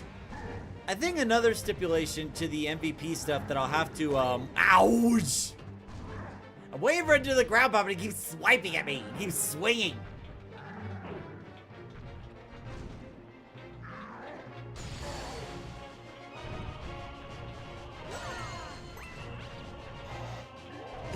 Gotcha. So one other stipulation I may have to add to the memberships, the MVP membership in particular, now that we have multiple, is that they can make a request, but for the sake of fairness, in order to, like, for me to actually do that, they would have to stay MVP or resubscribe MVP at the time, for me to, do that playthrough, because another possibility I just thought of is the possibility of that, you know, oh god, is that someone becomes MVP for about a month. It takes a little bit to get through one MVP's request, and then the other person is not an MVP anymore. So it's like, I really want to reward those who, like, it's like I want to reward those who become MVPs because it means a lot. But at the same time, like, you know, I got to keep it fair in terms, like, you know, if they're MVP, by the time I get to the request, then yeah, I'll play it. But, you know, if they're not MVP, you know, then it could open the door to someone else who's still MVP. The other thing I should mention that it's only one request per MVP, so that way it's not like, you know, one MVP requesting new games and then other MVPs don't get their chance. So, it's like, it's something I haven't really thought about at first, but, like, you know, now that we're actually getting membership, it's something I have to really think about. But anyway,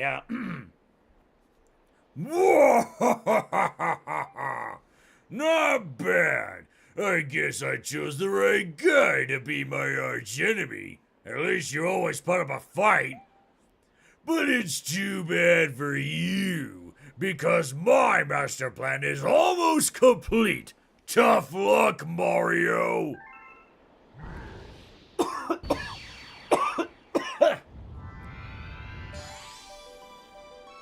and there's a Grand Star.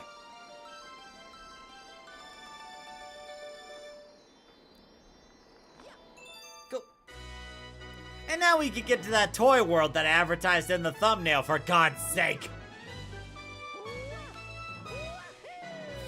Gotta be more mindful of that in the future. Like, when you pick a world, make sure you can actually get there first.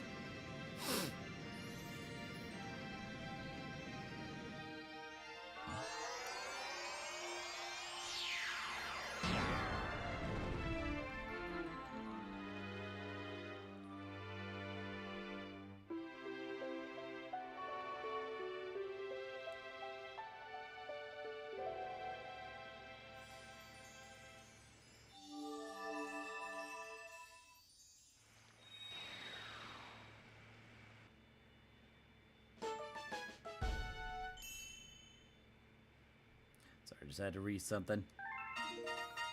There we go. You discovered a new galaxy. It's the engine room.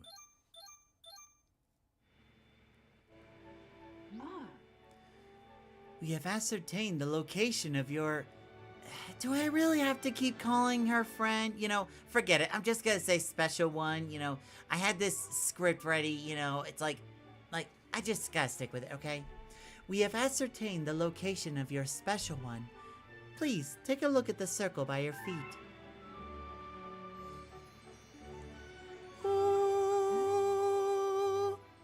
The number represents the number of power stars you need to reach the center of the universe. That number will decrease with each power star you recover. And oh god, wait, there's only one star left? How busy have you been? Like, I was hoping to get, like, maybe some lunch and a cup of tea, but we're only one power star away? Good lord, you've been productive. And when it reaches 0, which I assume is like in the next 5 minutes, because good god, have you been busy? The Comet Observatory will regain full power and fly as a starship again. And then we will be able to reach the center of the universe.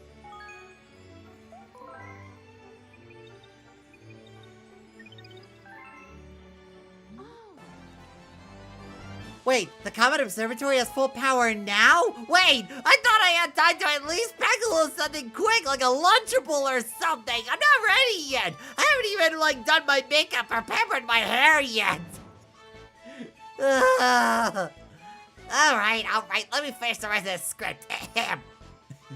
The Comet Observatory has full power. Jeez, thanks a lot, you jerk. Now it can fly through the cosmos again.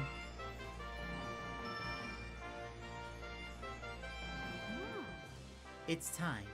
Do you want to go to the location of your special one at the center of the universe? Yeah, I'm gonna be real with you. I wasn't expecting to get to this point. Maybe, guys, maybe we could, wait a little longer until we get to the center of the universe, you know?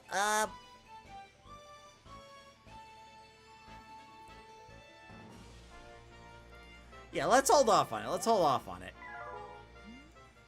Oh, thank God. Please speak to me again when you're ready. Meanwhile, Scotty's like, What? You're not ready yet? What are you waiting for? A bloody invitation? You have special ones out there in the center of the universe, and there ain't God knows what, and here you are just floundering around like, oh, let me get a wee little star, oh, let me feed the pink bloomers. Those pink bloomers can starve for all I care. Just go there and say your princess, the boy Bowser does whatever God cursed thing he plans to do. And let me get this off my chest. You had 2 opportunities to don't you walk away from me, you.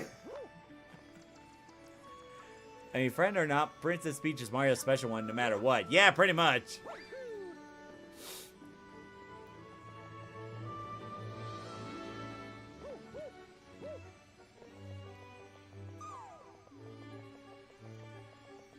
Then this red guy over here that has a secret, but he's not gonna tell, if I remember correctly. I got a secret, but I'm not telling. Oh, you will tell soon enough. What, you think I'm gonna torture the Lumas? What kind of monster you think I am?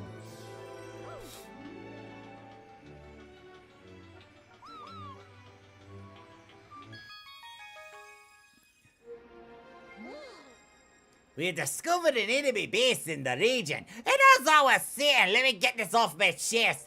You fought Bowser twice on a magma-contained planet. You had 2 opportunities to shove Bowser's head into the lava, but you didn't. What's wrong with you?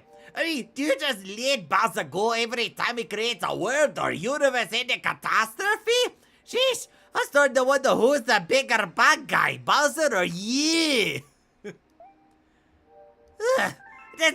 You already know the rest of the spiel. You know Bowser's up to no good. Get over here. Look at that, I already got all this unlocked.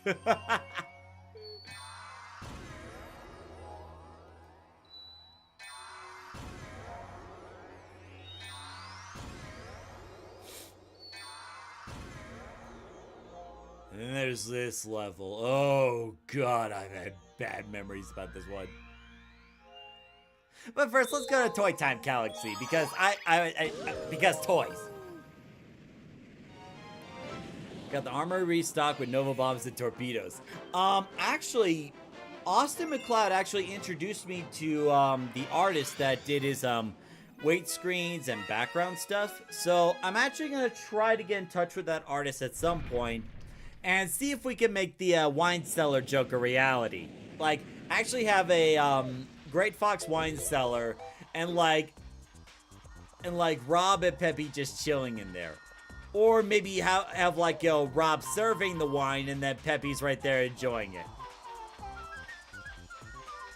So, like, if you guys want to, like, pitch ideas on, like, what you want the wine cellar to look like in the Great Fox, feel free to let me know. Like, you don't necessarily have to draw it. You can just, type out the ideas you have, both on here and on Discord.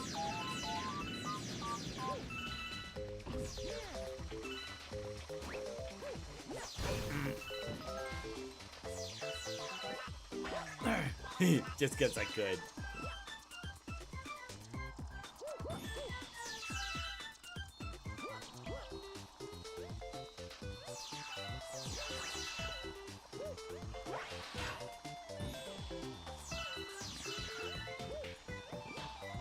Let's see. Space Ace Frilly says, like in Five Nights Freddy's security breach, Glamrock Chica learning teleportation.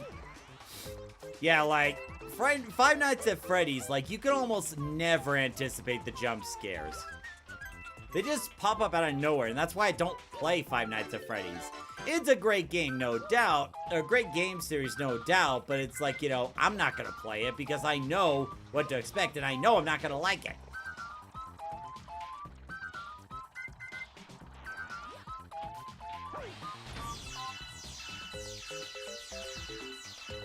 There we go.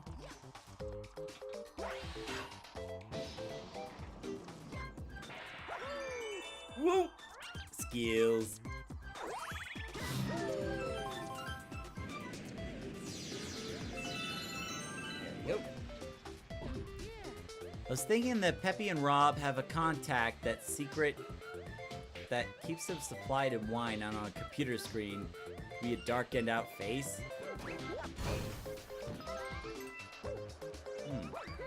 Alright, we'll keep working on it. And now we get to this.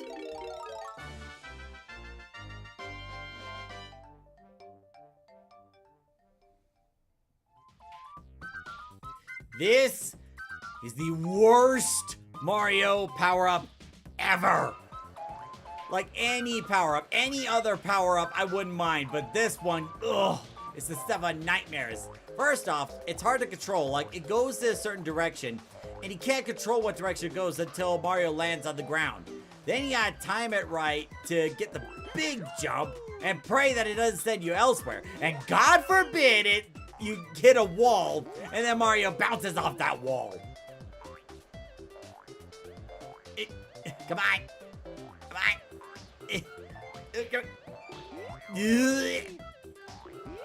There we go. That was not worth it.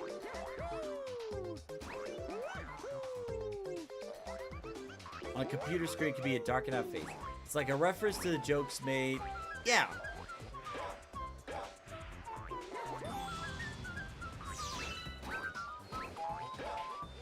God, I'll have to look back at, like, what some of the jokes were made on there. Like, I know there was, like, some recurring jokes like the wine cellar, but I don't remember, like, what else was there. Oh!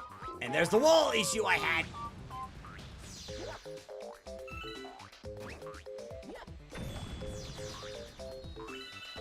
And go. And I'm not even going to touch those middle ones because, again, they're not worth it. Oh, yeah. The armor dress. That was the other one.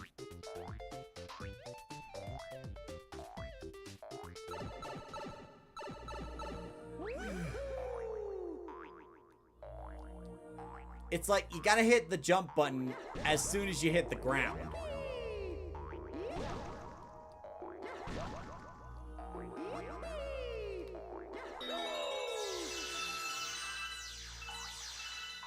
Cool.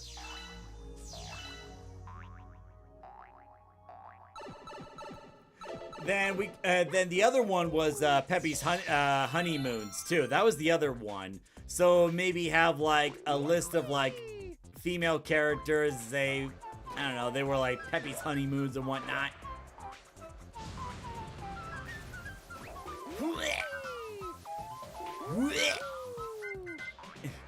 Go faster!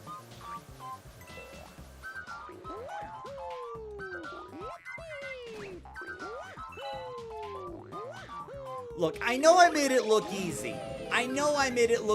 But like when you play it for the first time, you realize how tricky and hard those controls really are. I only did it right because I have experience with this. And I was actually trying to get a good thumbnail, so it got me some good practice. Speaking of which, the Great Fox looks different in Star Fox 26. Yeah, I haven't seen the entire Great Fox yet. I know it looks a little different, but I didn't get a good enough look at it. Also, I'm questioning where Rob is in all this. How can you have Star Fox without the MVP?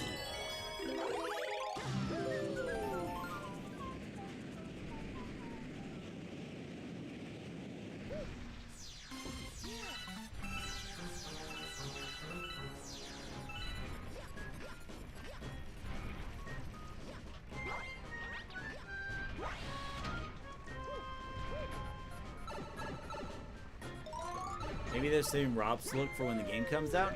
That is possible. That is entirely possible. Because, like, I was thinking, like, if there's no Rob, then what do they do with the Great Fox? Put it on autopilot?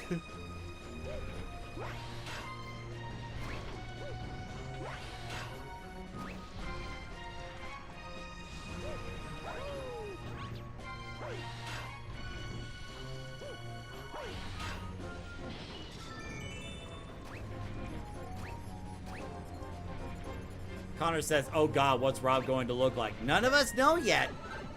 And that's the scary part.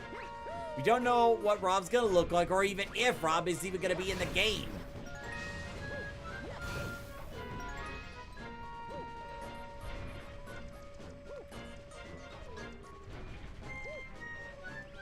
No.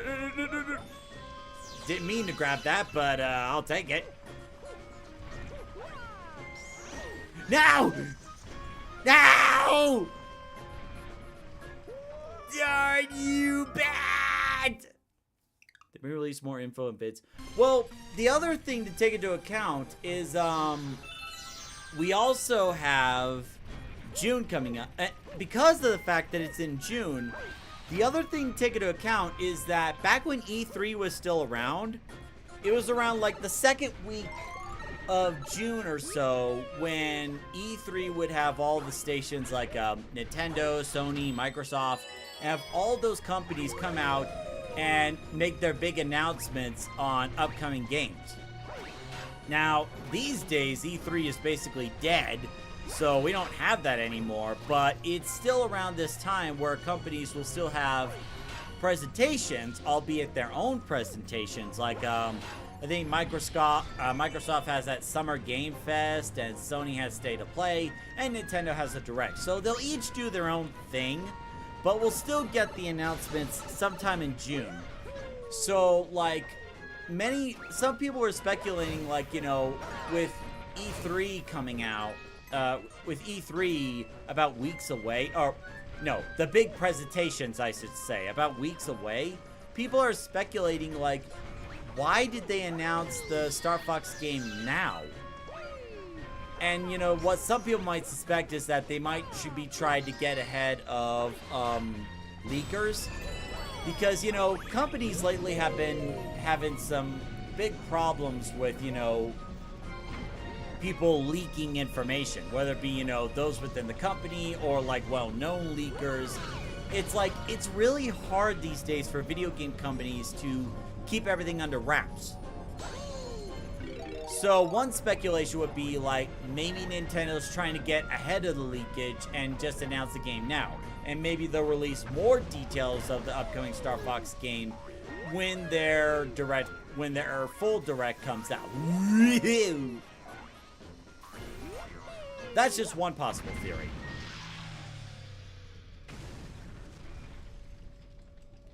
And you know, like, there's also...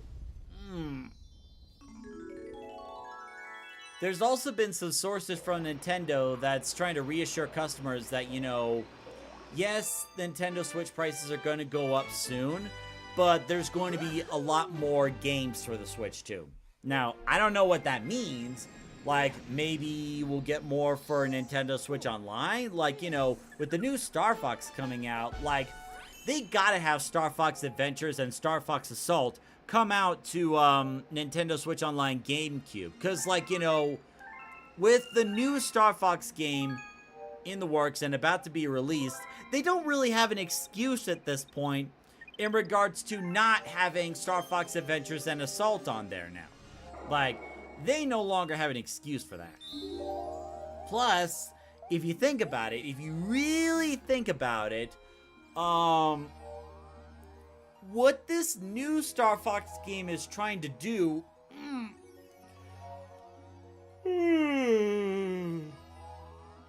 Sorry. Sorry, just after a while, you just really gotta stretch. What the new Star Fox game might be trying to do, or the goal of that new Star Fox game, is to basically not only figure out, like, how many Star Fox fans are still around and still wanting a new Star Fox, but also try to attract a newer, more modern audience to the Star Fox universe.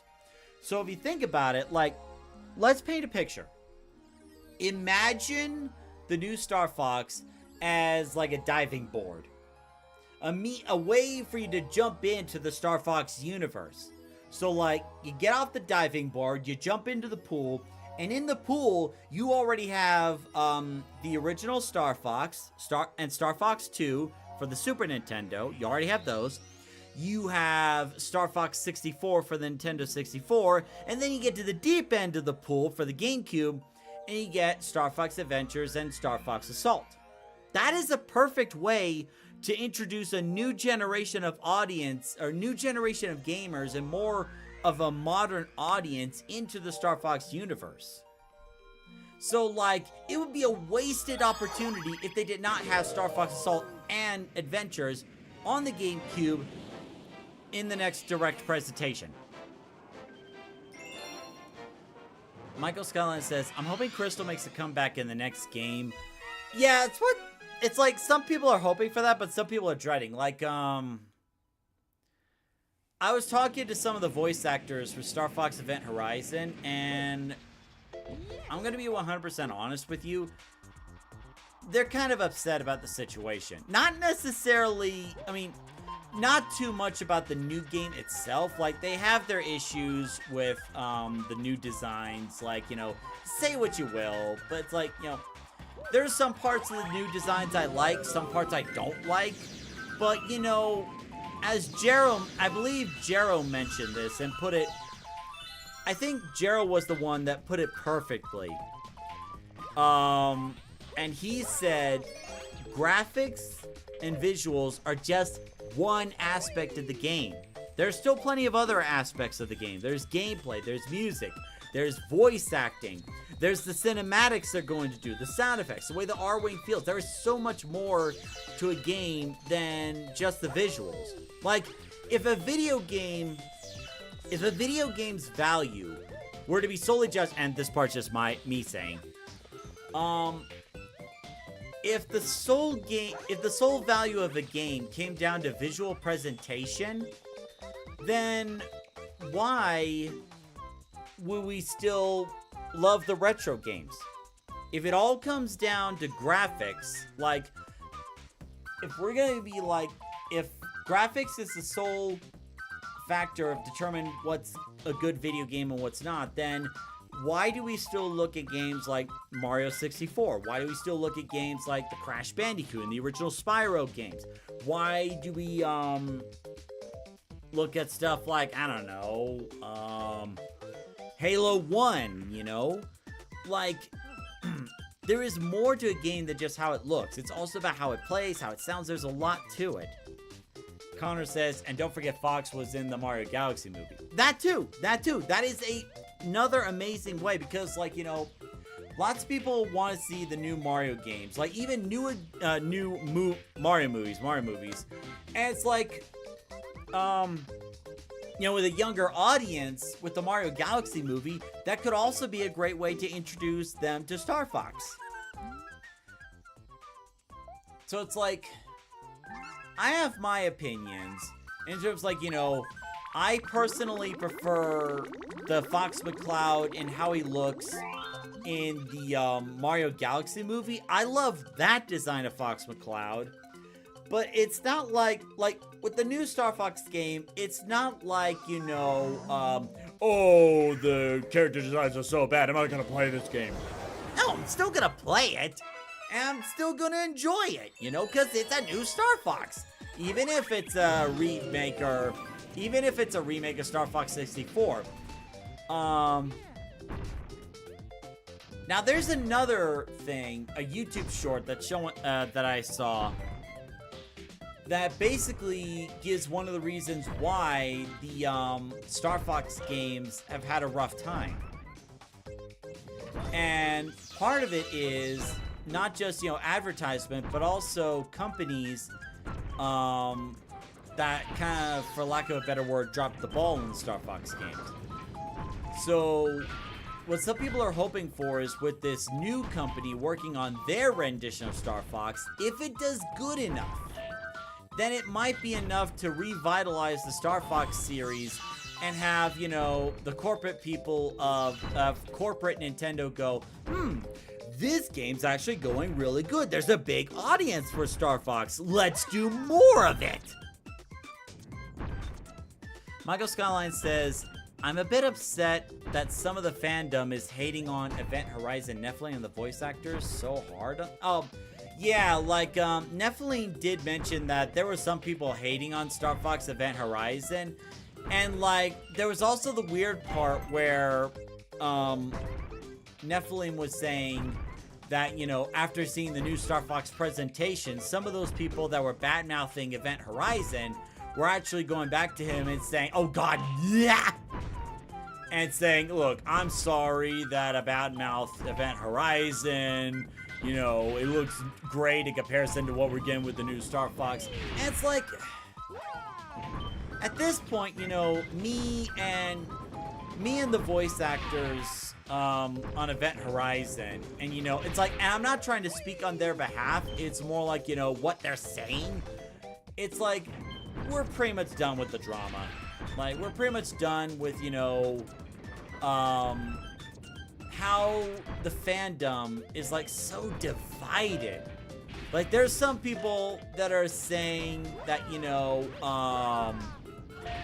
oh, this game's going to look great. It's going to be awesome. It's going to be, like, the best Star Fox ever. Then you get others that are like, oh, this is going to be the worst. The designs are so bad. And, like, and there are some that, you know, like, hey, we bullied Paramount into changing Sonic's design in the Sonic movie. Can't we do the same thing here? I'm like, look, the Sonic movie design, like the ugly Sonic, as they call it these days, like, that was like an individual issue. Like, you know, the company was not, like, the producers were not really understanding at the time what Sonic was supposed to look like. Darn it.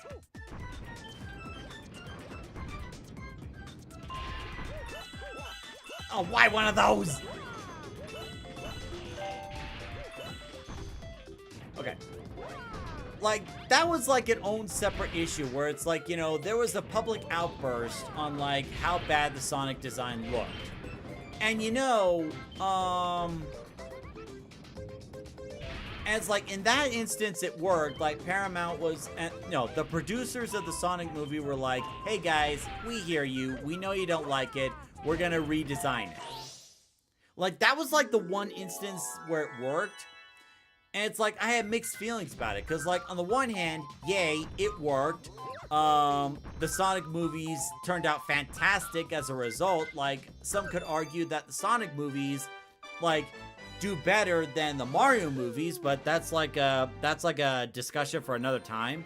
But it's like, it's because that negative push worked on the Sonic redesign. Nowadays, it's like some people have this notion where it's like, if they don't like something, they get together and bully the producers and companies enough where it's like, oh, if we bully them enough, they're going to change it. Hold on, let me get some water. Like, I'm sorry if I'm going off on this tangent, but it's like, you know, Michael Skyline says, I don't blame you all, and honestly, I'm also fed up with the drama. And Connor says, people just hate change. And that's another thing to go down to. Hold on, let me get some water first.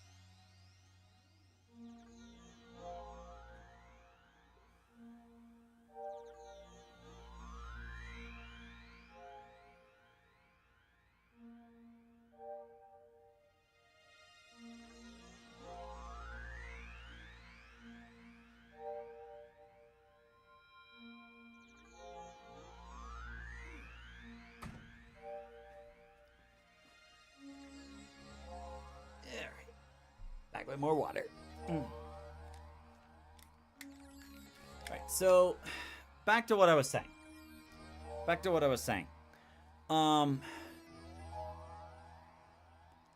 It's like, it's cool that the push for the Sonic redesign worked, but now it's like, it's given this impression that, you know, if you get enough people to bully an artist or a company long enough, they'll eventually give in and change. And like, it shouldn't be like that. Connor says, in my opinion, I don't mind the new designs. I think it works because they're animal characters. Yeah, and some are saying that, you know, it's a bit similar, not very similar, but a bit similar to like the original puppets in the original Star Fox. And it's like,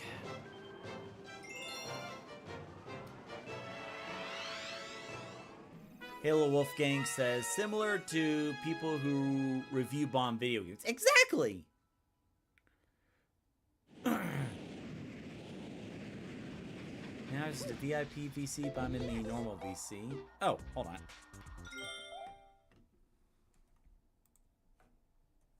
Sorry, let me take a look. Yeah, I may as well pop in here, have a little discussion about this. Now, sometimes it does take a bit for my computer to, oh, wait. Oh. I just realized something. If I turn on desktop audio, it's gonna, shoot.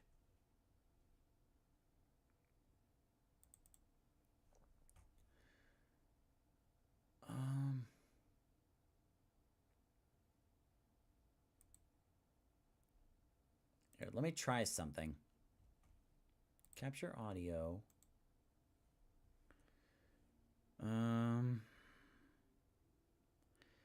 Because, like, I want to try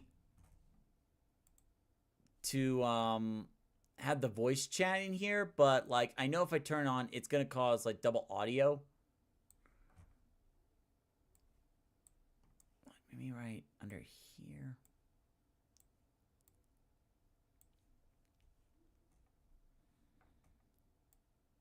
Okay, there it is. Okay.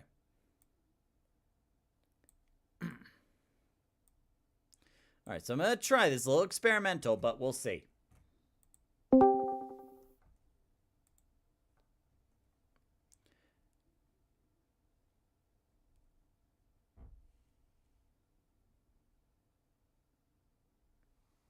Sorry, it takes a little bit to reconnect. There we go. Can you hear me? Yep, I can hear you. Oh, darn, still getting double audio. Hold on. I'm sorry. Okay, let's try it again. Testing. Okay, there we go. There we go. I was getting double audio because I had that headphone mic thing on. I recently uploaded OBS. All right, have a good night, Space Ace Fraley. So let's get back to what I was saying. It's like, sorry. Let me get back. Let me get my mind refocused. Take your time, bud. All systems I go. Why? 'Cause I say so. Oh, so you're suddenly the captain of a train now, are ya? Anyway. So, back to what I was saying before. Connor says, oh, that's loud. Okay, let me turn it down. Okay. So it's like, I just don't really like this notion where it's like, if you don't like something, get enough people and see if you can bully the producers enough. Where it's like, you know, like we're taught in grade school that, you know, bullying is supposed to be bad. Like it's not something we're supposed to be encouraging, right? You still there? Yeah, I'm here. Okay. Can you hear me? Yeah, I can hear you. Can you hear me? Yeah, I can hear you just fine. Okay, so yeah, like,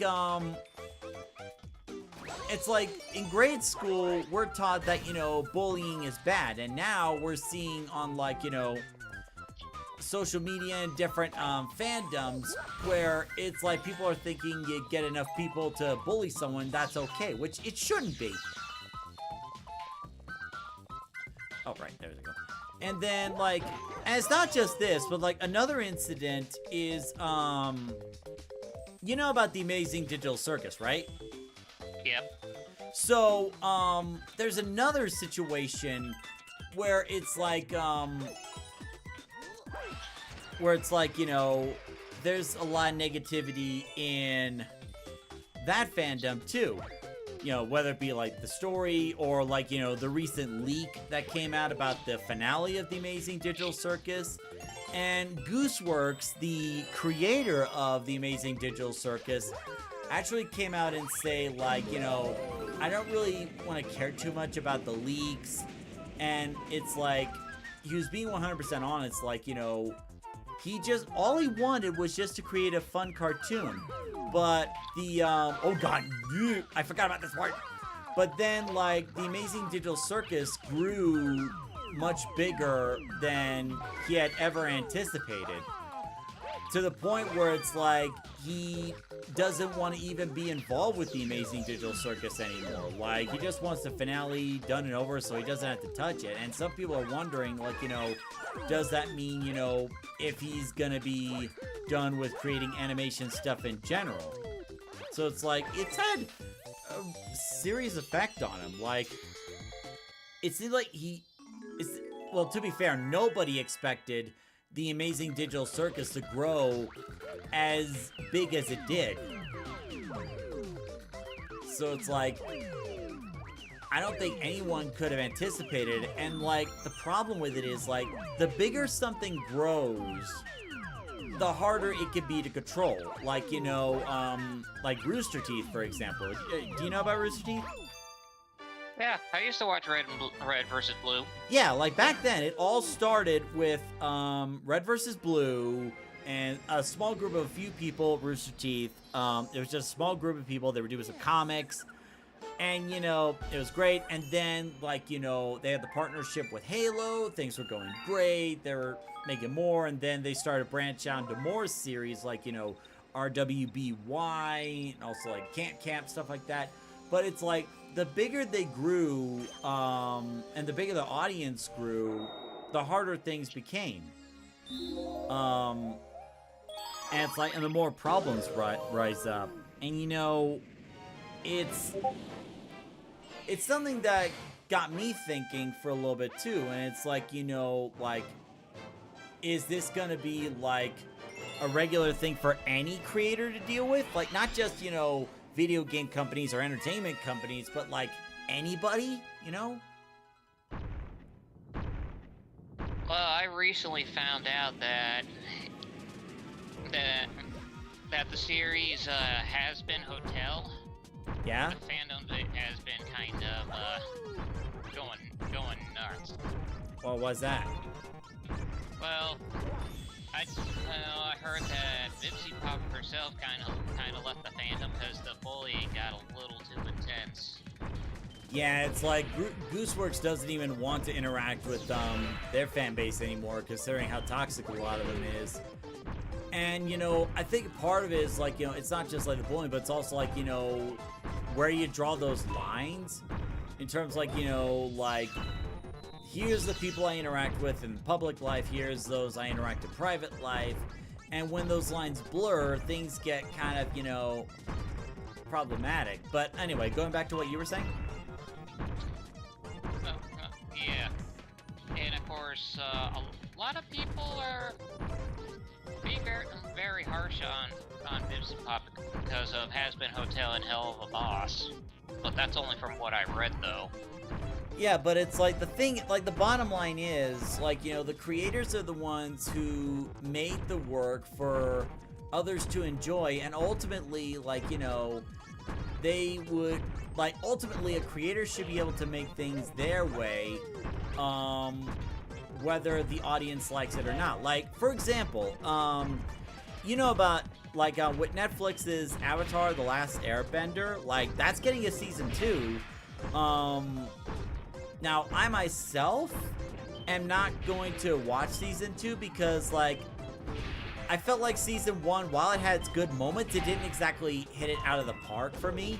But at the same time, just because I don't like it, that doesn't mean I'm going to, like, go out and discourage other people from watching it or be like, oh, these actors are so bad. No, they're just doing a job and creating something they want to create. And it's like, it's okay to have an opinion, but it's not okay when you're trying to bully others into doing what you want, or, like, you know, trying to force things to go your way just because you don't like it, you know? Yeah, but unfortunately, you're gonna get that with every show and every fan base out there. Yeah, unfortunately. Ow. And it's like, it's that sense of entitlement that I have the biggest issue, where it's like people think they can, you know, request whatever they want just because either they shopped out of place for a certain amount of years, or maybe they watch something for an X amount of time or something like that. It's like, yeah, like, creators can show the appreciation for those who supported them, but there's also got to be that line where it's like, ultimately, it's the creators that have the final say, you know? Yeah. I mean, look at Star Trek. The latest seasons I've been reading saying that it's just not Star Trek, but when I watch it to have a good time. I don't go in questioning everything. And that's ultimately what it boils down to. It's like whether or not people actually enjoy it. Like, if people enjoy it, great, and if not, you know, they can watch something else. Like, back when Monty Ohm was around, and Ruby was first coming out, like, there were quite a few people that were bad-mouthing Ruby, and Monty Ohm just straight up said, like, you know, if you don't like it, go somewhere else. And, like, that was, like, the blunt truth of the matter. True. By the way, Connor, is the audio coming out okay? Like, I know you mentioned it was, like, too loud earlier. But yeah, it's like, I guess it's kind of a personal issue that I have, and I guess a lot of other people have, where it's like, we're just straight up done with the drama. You know, it's like, let's just enjoy something just for the sake of enjoying something, or just for the sake of fun. And, you know, if people don't like it, they can just move on to something else, you know? True. I mean, you got some loyal fans out there that are also sick of the whole entire drama, and like I said, I don't blame them, and I definitely don't blame you in the whole Event Horizon team. Yeah, and it's like, you know, some of the people involved, I'm not gonna say like who exactly, but some of the people involved were like, they were absolutely drained, not just with, you know, taking in all the new stuff with the new Star Fox, but also like, you know, with all the drama behind it too. So like, it took them a little bit to like get back into the groove of things, and it's like, you know, I recorded my lines for I believe what line was it? For Solar, you know, to help encourage other people involved to get back on track, you know.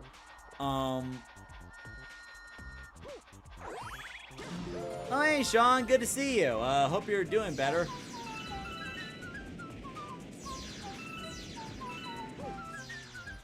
Also, oh god, not the spring again! Ah!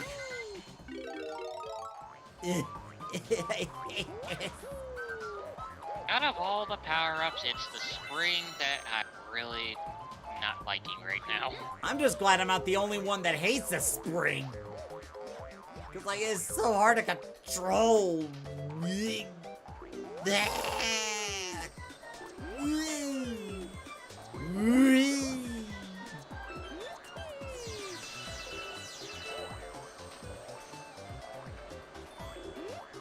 So, Sean, when you were saying, well, it has been fun, like, are you referring to watching the live stream or like the Star Fox stuff? Like what? And you know, like, to be honest, recently it's kind of made me worry a little bit too. It's like, yeah, I want to grow the channel as big as possible to see how far we can take this. But it's like, if we do get to a point where it's like, it grows like really, really big, like, how are we, like, what am I supposed to do about that situation? Where it's like, I really like interacting with you guys, but it's like, you know, where do I draw the line? I don't even know that yet. Sean saying watch the live stream. Okay. Okay, can I please stop using spring?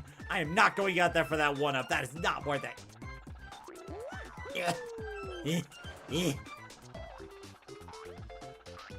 And of course, there's a black hole right in the middle of a cake because why not? You think you're going to sleep soon? All right, well, have a good sleep, Sean. Hope you're feeling better. There we go. Oh yeah, when the new Star Fox comes out, I'm not gonna judge the game. I'm just gonna go in and have a good time. Honestly, I think that is the best approach, because, like, you know, and I'm gonna mention this at the beginning, like, you know, this is not to nitpick the game, this is just to have a good time, because ultimately, you know, money talks. And if the game does well enough, then the company will see, like, okay, there's a market for this Star Fox universe, let's do more. And that's ultimately what it boils down to. And one person commented on another video where it's like, you know, like, Nintendo's trying to give this another chance. So either A, people support this game enough so we get more Star Fox, or B, that the game doesn't get support enough, then the Star Fox franchise goes dead for about a few more years, and then they try again, but it's another Star Fox 64 remake. So it's like, if we really want the Star Fox universe to continue, like, this is like the best opportunity to support it. And, you know, I'm not trying to discredit, you know, Event Horizon. I love Event Horizon.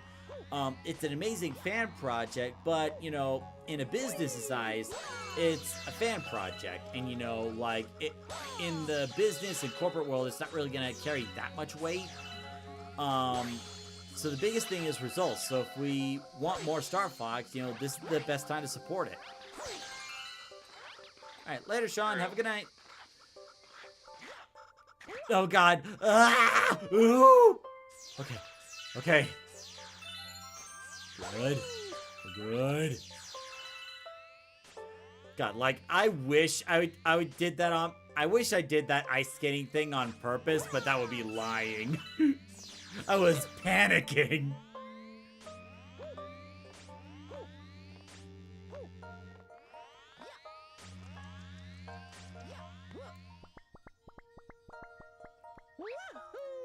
And I'll gladly take that.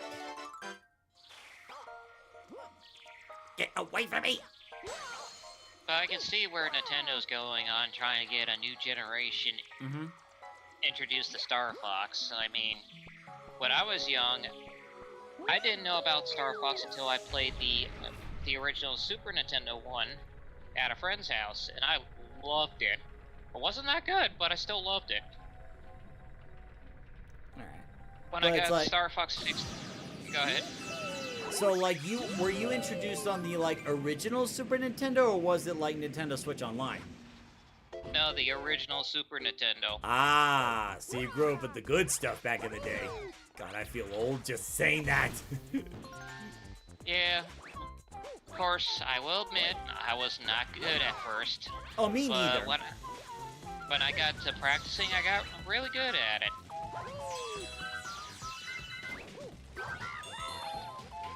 And of course, when I found out about Star Fox 64, I got that for the N64, and I loved that too. Nice. And of course, when I found out about Star Fox Adventures, I was a little hesitant at first, but I got the game, and I enjoyed it. But the thing is, like, you know, because of your first couple experiences with Star Fox, it really got you into, like, wanting more, right? Yep. Yeah, so I feel like it's the same thing with this new Star Fox game, you know, where it's like, you know, I was mentioning the diving board and pool example, where it's like, you know, the new Star Fox game could be a diving board for a new audience, and then they start going into the pool and explore other Star Fox games. That's like the best case scenario. And of course, I gotta use the spring again. Ugh. Of course, all the metal wrapped around me would make me more conductive. Ah! Ugh.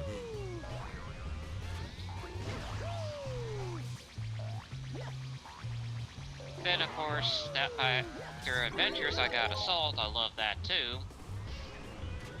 I'm not gonna say much on Command, considering much of the fandom doesn't like the game anyway. It's an acquired taste. Like, some parts are good, some parts are meh. Yeah, true. It's But like I there's some will parts to like. Go ahead. I will give Nintendo credit for at least trying to do something innovative with Command, but it just didn't work. And that's ultimately, like, Nintendo's main thing, where it's like, how can they make the game innovative with gameplay? Like, gameplay has always come first. True. Like, back when Star Fox 2 was being made, around that time, it actually got canceled because, you know, Miyamoto and the others were seeing the potential of Star Fox 6... no, they were seeing the potential that Nintendo 64 brought to the table, and they were like, hey, why don't we focus on this instead? Darn it! True, but in a way the game still got released, but it was through the Nintendo Switch though. Yeah, it got released like a long time later, but it's like, at the time, they were focusing on, you know, what was gonna make it innovative. And, you know, it worked. So, who dares? Yep. Who dares what? Oh, well, if it isn't Mr. Billy, how are you? I'm fine. How are you? Oh, doing good. You know, we had a great time at the previous Tomodachi live stream, and there was someone definitely not trying to flirt with your girlfriend. You know, I took care of that. Okay, go on. Yeah, go just on. making sure. Although, because of this incident, I actually have to. Next time we play, next time we play, next time I play Tomodachi Live, I'm gonna have to add a lot more women to the a lot more women to the island. That way we don't have that incident where it's like, you know, not multiple men, you know, trying to go after your girlfriend, you know, really awkward. Yeah. No, I get it. See, I'm trying to look out for you. I keep getting electrocuted. Sounds like you're having a lot of trouble there, sir. A little bit, just some technical difficulties. Also, Connor says hi. Oh, hello, Connor. Hello. But of course, I cannot forget getting into Event Horizons. At first, I was just watching the YouTube videos, and I didn't pay much mind. But when I actually saw the gameplay, and I was like, I gotta try this. So I downloaded it, and I was having fun. Speaking of which, Billy, I gotta get you to play the game at some point. Join us. And this was way before I met you in that dev stream Toast and Mac. Yeah. In a way, I'm glad I did join the Event Horizon community, because I'm having a fun time with the fan project. Oh, same here. And I made some good friends as a result of that too. Yep. Ah, finally, it's done. And to be honest, it was like a dream come true. I actually got to meet Estelle through one of the streams you were doing.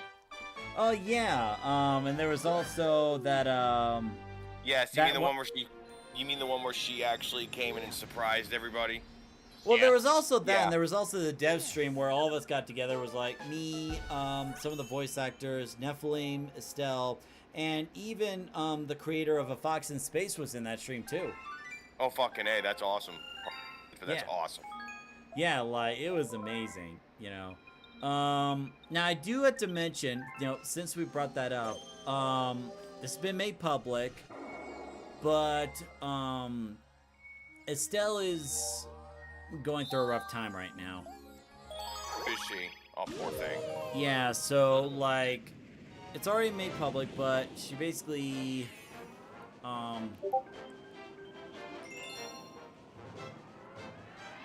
don't want to go into too much details, but she's lost a lot in the span of a short time. Like, I think it was her job, and also losing a loved one. So, it's been really rough. Oh, I didn't realize that. I'm so sorry to hear that. Yeah. That's unfortunate. Same here. I can relate. She not going fanboyish here, but she was kind of, because of her voicing crystals, she kind of got me into that whole, like, period of, I loved her voice so much that it was just beautiful to me. And I was basically being that kid in middle school who was fanboying over her, like wanting to meet her and everything. And now this is what? This is almost 20 years later, if I'm not mistaken. We're 20 years later now, correct? Right? Does this sound right, Yeah. Toasty Bug? Yeah, that sounds about so, right. All right, so 20 years later, now she's having a problem, and it just makes me want to reach out to her, but I didn't get to physically meet her that day, and I would have loved to talk to her. I was at a wedding, so... I mean, weddings are important, so... Oh no, that's not the problem. That's not the problem. It just happened to be on the day I was at a wedding. You know, and I mentioned this before, like, that wasn't really something planned. It was awesome, but it wasn't planned at all. No, I know, and you did clarify that. It was not planned, but it's just, dude, that's just like... To have somebody from the original Star Fox Adventures cast to come on your stream, and you're not, you know, you're not like mega monetized like, you know, Markiplier. Just to see her pop in like that was like, it was absolutely amazing. Man, no, that was awesome. No, I thought that was, dude, I was so happy for you, and I also wanted to strangle you at the same time. I actually wanted to kill you. Oh, you want to strangle me on a regular basis? That's this anything new? You're right. I do want to strangle you on a regular basis. You're absolutely right. And just apologize to chat on this. Yes, I want to strangle you to death. I want to choke you. YouTube, he doesn't mean it. He doesn't mean it. Of course not. I don't. I love you too damn much to do that to you.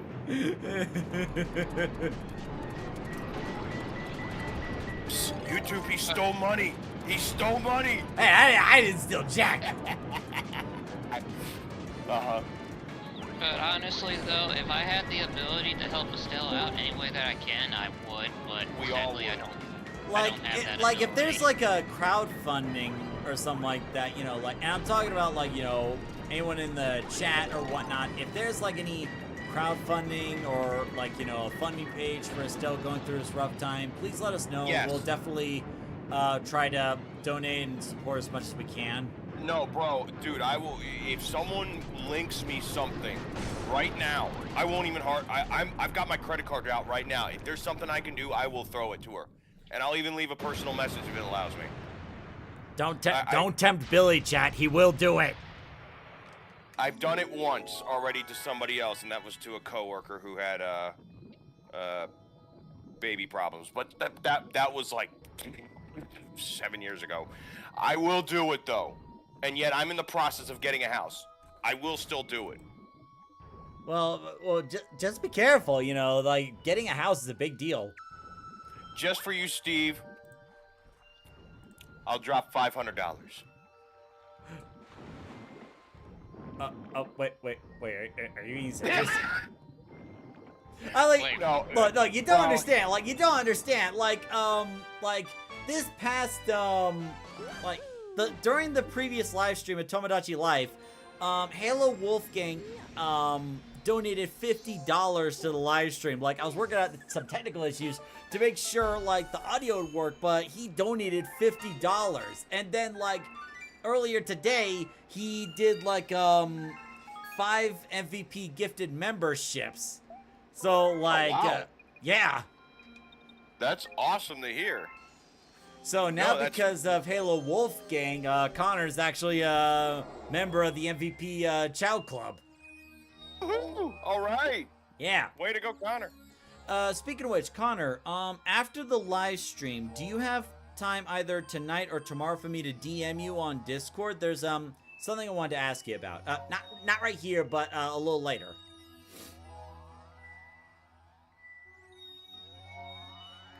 Now, someone else popped into the chat, and Who? his name is Harkonnen or Harkonnen or like, you know, like. Why don't you? Yeah, I don't know. Yeah, I don't know who the hell that moron could be. But wait, he changed his name. Why don't you read off what it says? Aware 17 R3 camera.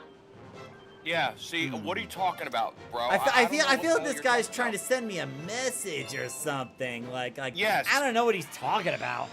I mean, it's not like it's not like the status of your gaming chat here has gone haywire or anything. No, not at all. Yeah. It's not like the stream's popping. It's not like the channel's popping off or anything. Nah. Nah. Hey, Michael, do me a solid, bud. Could you read that status of the chat on Discord here? Could you do me a solid and read that?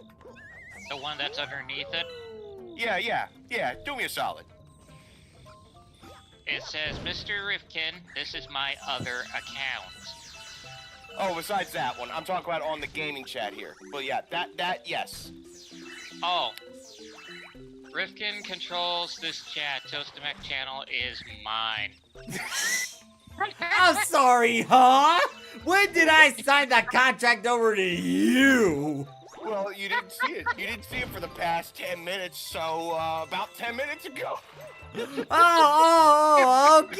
I didn't realize I was giving you like special permissions. I didn't realize I was like writing off my will and testament to you. You're absolutely right, pal. You're right. You know, I guess I really should pay more attention to that kind of stuff, huh? Yes. Well, does this mean that he now owns the channel? Yeah, totally.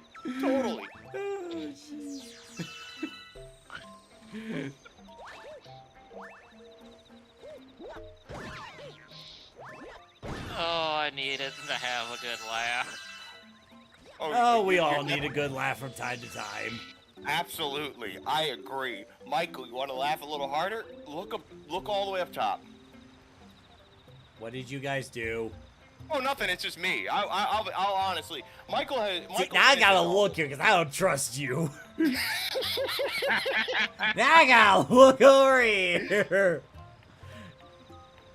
Oh, jeez. Alienware 17 R3 camera enjoyed that.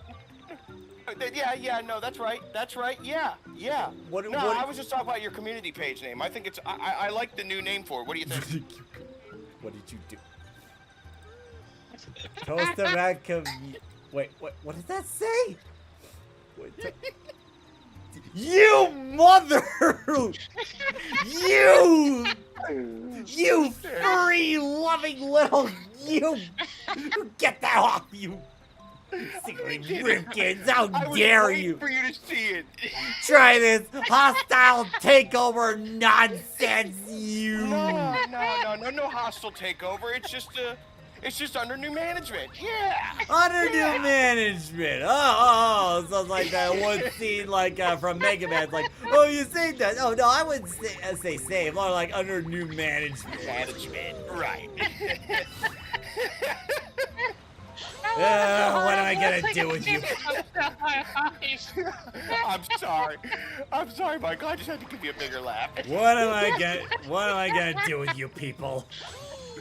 Well, I mean,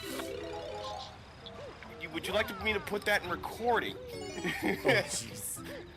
We were already live streaming right now, so it's like. That's what just makes it even more interesting. Everybody loves it. Am I right? Am I right? Can I get an am I right? Come on. All right? Everybody loves it. Yeah, right. Everybody just loves it. That's the point. It's because of you, bro. Everybody can have fun and laugh. I'm happy to oblige.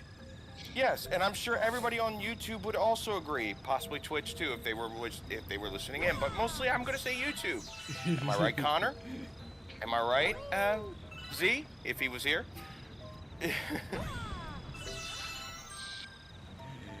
Yeah, right, still, guys? I love you guys all the same. Oh, of course he does. Oh, hold on 1 second. I am definitely glad I joined this community.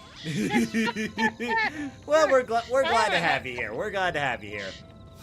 I have never laughed that hard in years. Oh, trust I me. am happy. With me and Billy, that happens all the time. This is a normal thing. Yes. It's like the day, like Michael Skyline, the day you came to this community was probably the most important day of your life. But for me and Billy, it was Tuesday. It was just another Tuesday. Or apparently Peyton Manning on Sunday morning. I'm kidding. I don't know. But you got that Street Fighter reference, right? I did indeed. Connor says no comment. Yeah,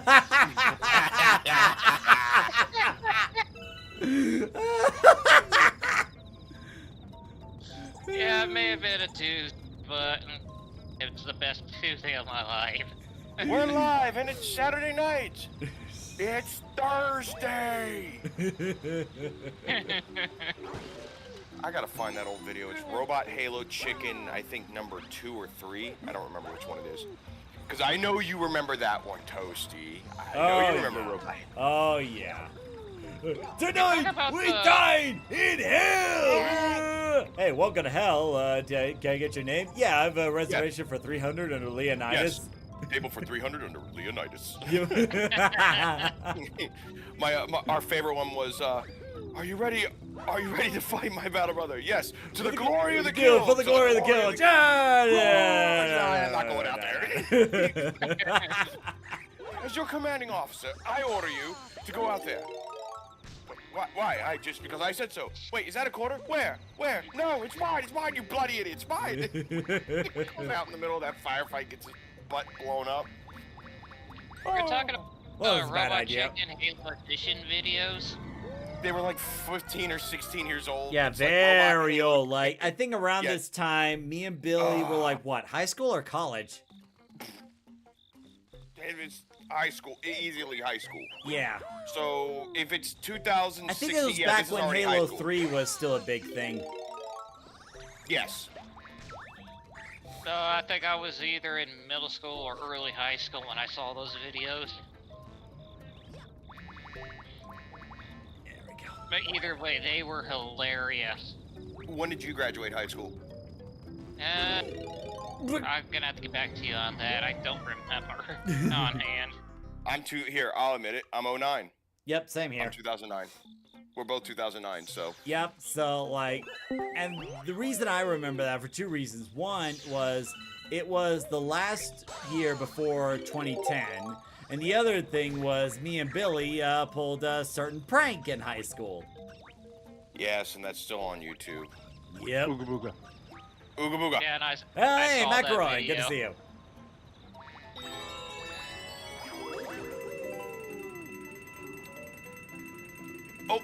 Oh, Zach, you don't need to send in a friend request to that account. That's just a camera. That's just a camera. Appreciate it though, bro. Yeah, nobody needs to send a friend request to that account. It's just literally for the camera. That's all it is. Which I spent 5.5 hours fixing that. Yeah. So apparently the last Windows update messed up that computer, and I spent 5.5 hours fixing it. How did a Windows update mess up a computer? Are you really surprised? It's 12. I mean, the I computer's 12 years shouldn't old. be, but This is Microslop we're talking about. Yes, Mike. Thank you. That's a good way of putting it. I mean, like, the biggest mess up I had recently was with that OneDrive nonsense. And what happened with that was, so I didn't notice at the time, but when I was updating Star Fox Event Horizon, it wouldn't update. And it took me a little while to realize that it was because the files for Star Fox Event Horizon, along with many other files, were on OneDrive.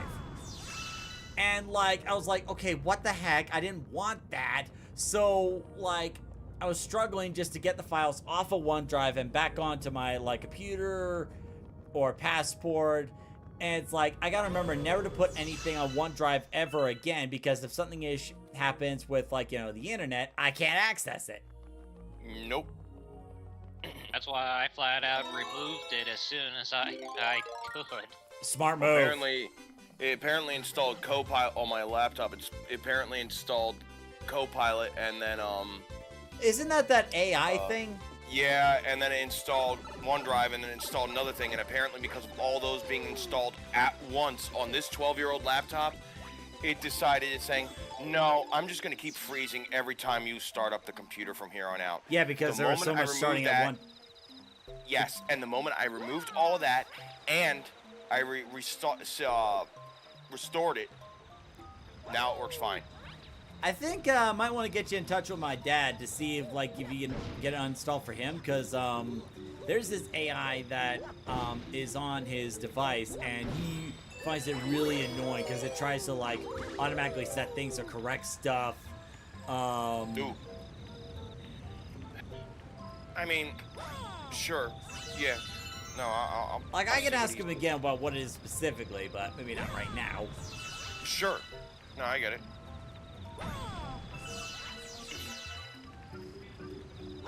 Speaking of which, Toaster Mac, I have yet to send you a Discord friend request. Really? Because we've DM'd each other a few times. You can DM each Yeah. other. You don't have to send them a friend request, though. Oh, okay. True. No, I'm just saying. I'm sorry. I'm trying to clarify. You can DM somebody without having to be there. You get what I'm saying now. Okay. Yeah. I guess I got used to some of those where it's like you have to send that friend request before you can message someone. It depends on the person's profile setup. To be Yeah. honest, it depends on how private their profile is. Because mine, I think the camera account, I think people could send messages to that, but I normally just generally ignore them on this account because literally all I use this account is for a camera. That's it. Yep. So, which I'm about to And start it up in a minute. And I usually ask permission first before sending a request. Yeah. But yeah, I don't mind. Okay. But like, I think what I'm gonna have to do in the future, like, if Toastamac grows really big, like going back to the other conversation we were having about, you know, like fandom growing too big and there's some toxic people in the fandom, where it's like, you know, in the future where if it grows really big, I'm really gonna have to be more careful with, you know, like how many people I interact with, you know, and like, you know. Oh, sure.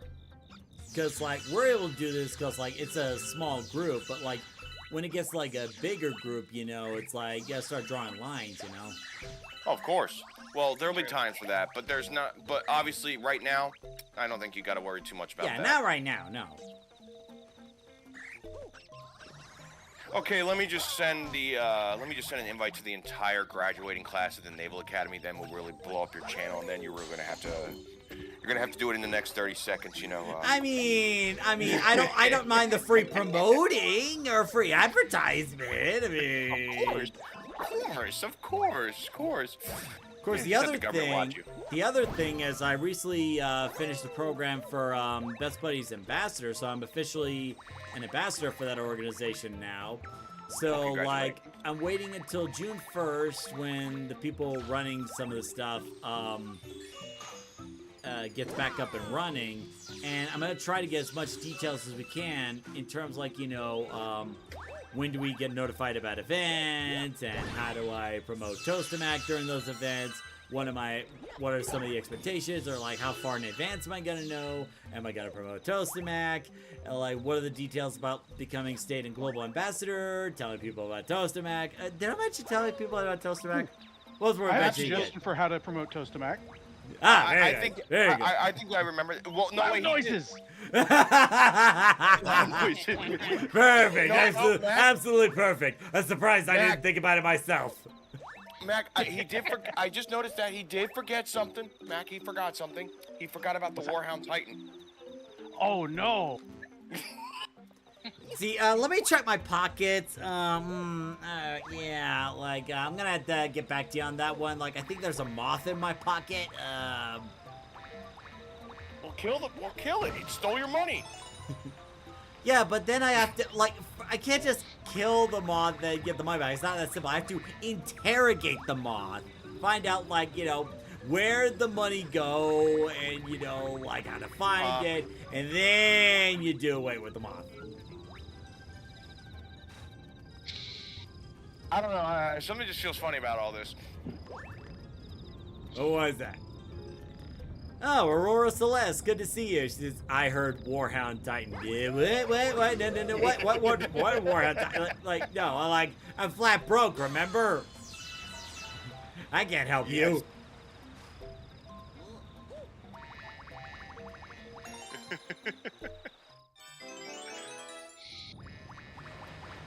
But anyway, glad to have you here, Celeste. Nothing weird happened with the Tomodachi Life live stream before, so we don't have to worry about that. Nothing weird at all. Wait, is that Nicole? Yes. Don't let her in! Oh no. Everything's all fine. Got it under control. We just recommence with the festivities. Yeah, I Look, better. the Warhound Titan now too, because playing Adeptus Sororitas, she can field Warhound Titans. You're right. She can. Yeah, I better inform Peppy that Rob's not making it tonight.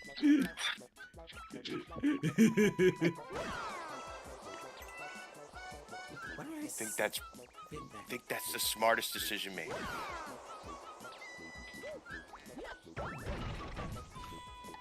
There we go.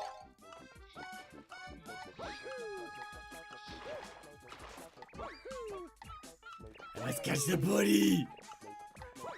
Buddy! Honestly, I'm glad I definitely stayed around after Event Horizon Month. I've been having a good time here. That's good. No, That's I'm glad you good. did. And you know, the nice thing is like, you know, Star Fox Event Horizon was like the most watched theme of April ever in the history of Toastmac. And I've been doing the theme of April thing for years and never had the amount of success that Event Horizon month did. So it's like, you know, and people are still checking them out. Like, views on that are still coming up. And, you know, like, if they like what they see during those streams, maybe they'll check out these ones or other content, you know. Sure. Okay, I gotta get that maze open because I gotta get that rabbit.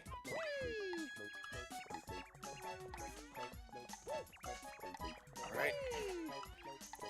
You. I got you now, you little rat. Ew. Trying to whack that rabbit. Ew.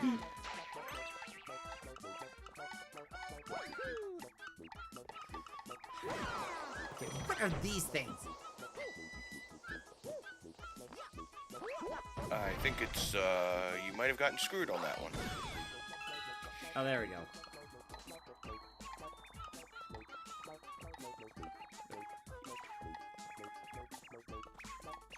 Yeah, there you go, there you go. Get in the water, get in the water.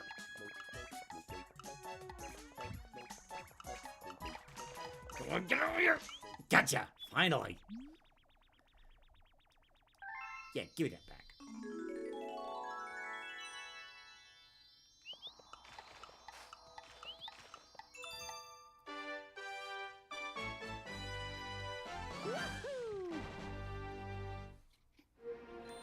And tomorrow I may or may not be going to rewatch the replay. What, the bush? No, of the stream that's currently going on right now. Oh, hey, I got no problems with that. So, but it is kind of getting close to that stopping point, so I'm gonna wrap it up before it gets too late. So just so you guys know, next week there's not going to be a live stream because I'm going to be working on the script and hopefully the recording for the next autism video, because, like, you know, not only would it be good to get out there, but it'll also help to gauge if people are actually still interested in the autism topic videos anymore, because it's been a long time since my last one, admittedly. Aurora says, there better be a Titan for me at the end of the Starry Rainbow. Like, why does everybody go off on me on a Titan? It's so expensive. Cool model, and it's an IOU.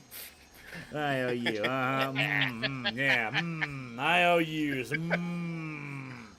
yeah. Anyway, so yeah, there's working on the next autism video, and then next Friday, or this coming Friday, I'm actually going to Fan Expo for the first time. Oh, really? Yeah, like, I haven't been to a convention in years, so, and it's like one of the things I wanted to do this year is, like, go to a convention. Now, granted, it's just going to be one day, because, like, one, I need to save up my sick hours, and two, the convention in question is, like, all the way up in Denver, so I'd rather not make multiple trips. So, like, it's going to be fun, you know, maybe I'll do, like, a YouTube short recording on there. So it'll be fun, and then next Sunday, hopefully I'll have the time to record the next autism video, get as much work done as I can, and hopefully have the autism and burnout video done for sometime around mid-June. So, like, it'll be good to get that out there, you know, more autism content, since that's part of what Toastmac's about, and also to gauge, you know, if people still want to watch it, because it has been a while, and it's like, you know, it's one of those big fears in terms, like, you know, when you don't make a certain content for so long, it's like, you know, are people going to be interested in it anymore, you know? Of course. And it's like, there are those that, you know, the create big stuff like, you know, A Fox in Space, where they're willing to wait. And there's also stuff, you know, Glitch Productions, that they're willing to wait. And I'm not sure if you heard, but Omnistrife, the one who created Fun with Koski, is also making a comeback. Really? Yeah. Really? Yeah, like, he's been posting stuff. He's actually been doing live streams of the behind-the-scenes stuff as he's making the next episode of Fun with Akatsuki. That's a... wow. I have not actually heard that name in a long time. Hey, careful, Obi-Wan Kenobi. Itachi, what the hell do you think you're doing? Looking around. Buying me a Warhound Titan. This has gone far Toast enough, Mac, Itachi. First the toilet seat and now the TV. Yeah, Toastmac, I think you might want to run. I think Nicole's here to get you. Oh, yeah, let's go ahead and wrap it up. Thank you very much for watching. Those who are watching it now or later, whichever the two, don't forget to like and subscribe if you want to see more. And again, special thanks to Halo Wolfgang for those gifted MVP memberships. Thank you so much. You know, maybe more people will get on board. And as for the MVP request for the Spyro trilogy, I'll figure out when I could do that. Like, I don't want to give a definite date, but it'll be like its own stream, but it'll be shorter because it would have to be on a work day. So anyway, thank you for watching. Hope you enjoy. Hope you are looking forward to the next streams and next autism video. And until the next live stream, before Nicole kills me, see ya.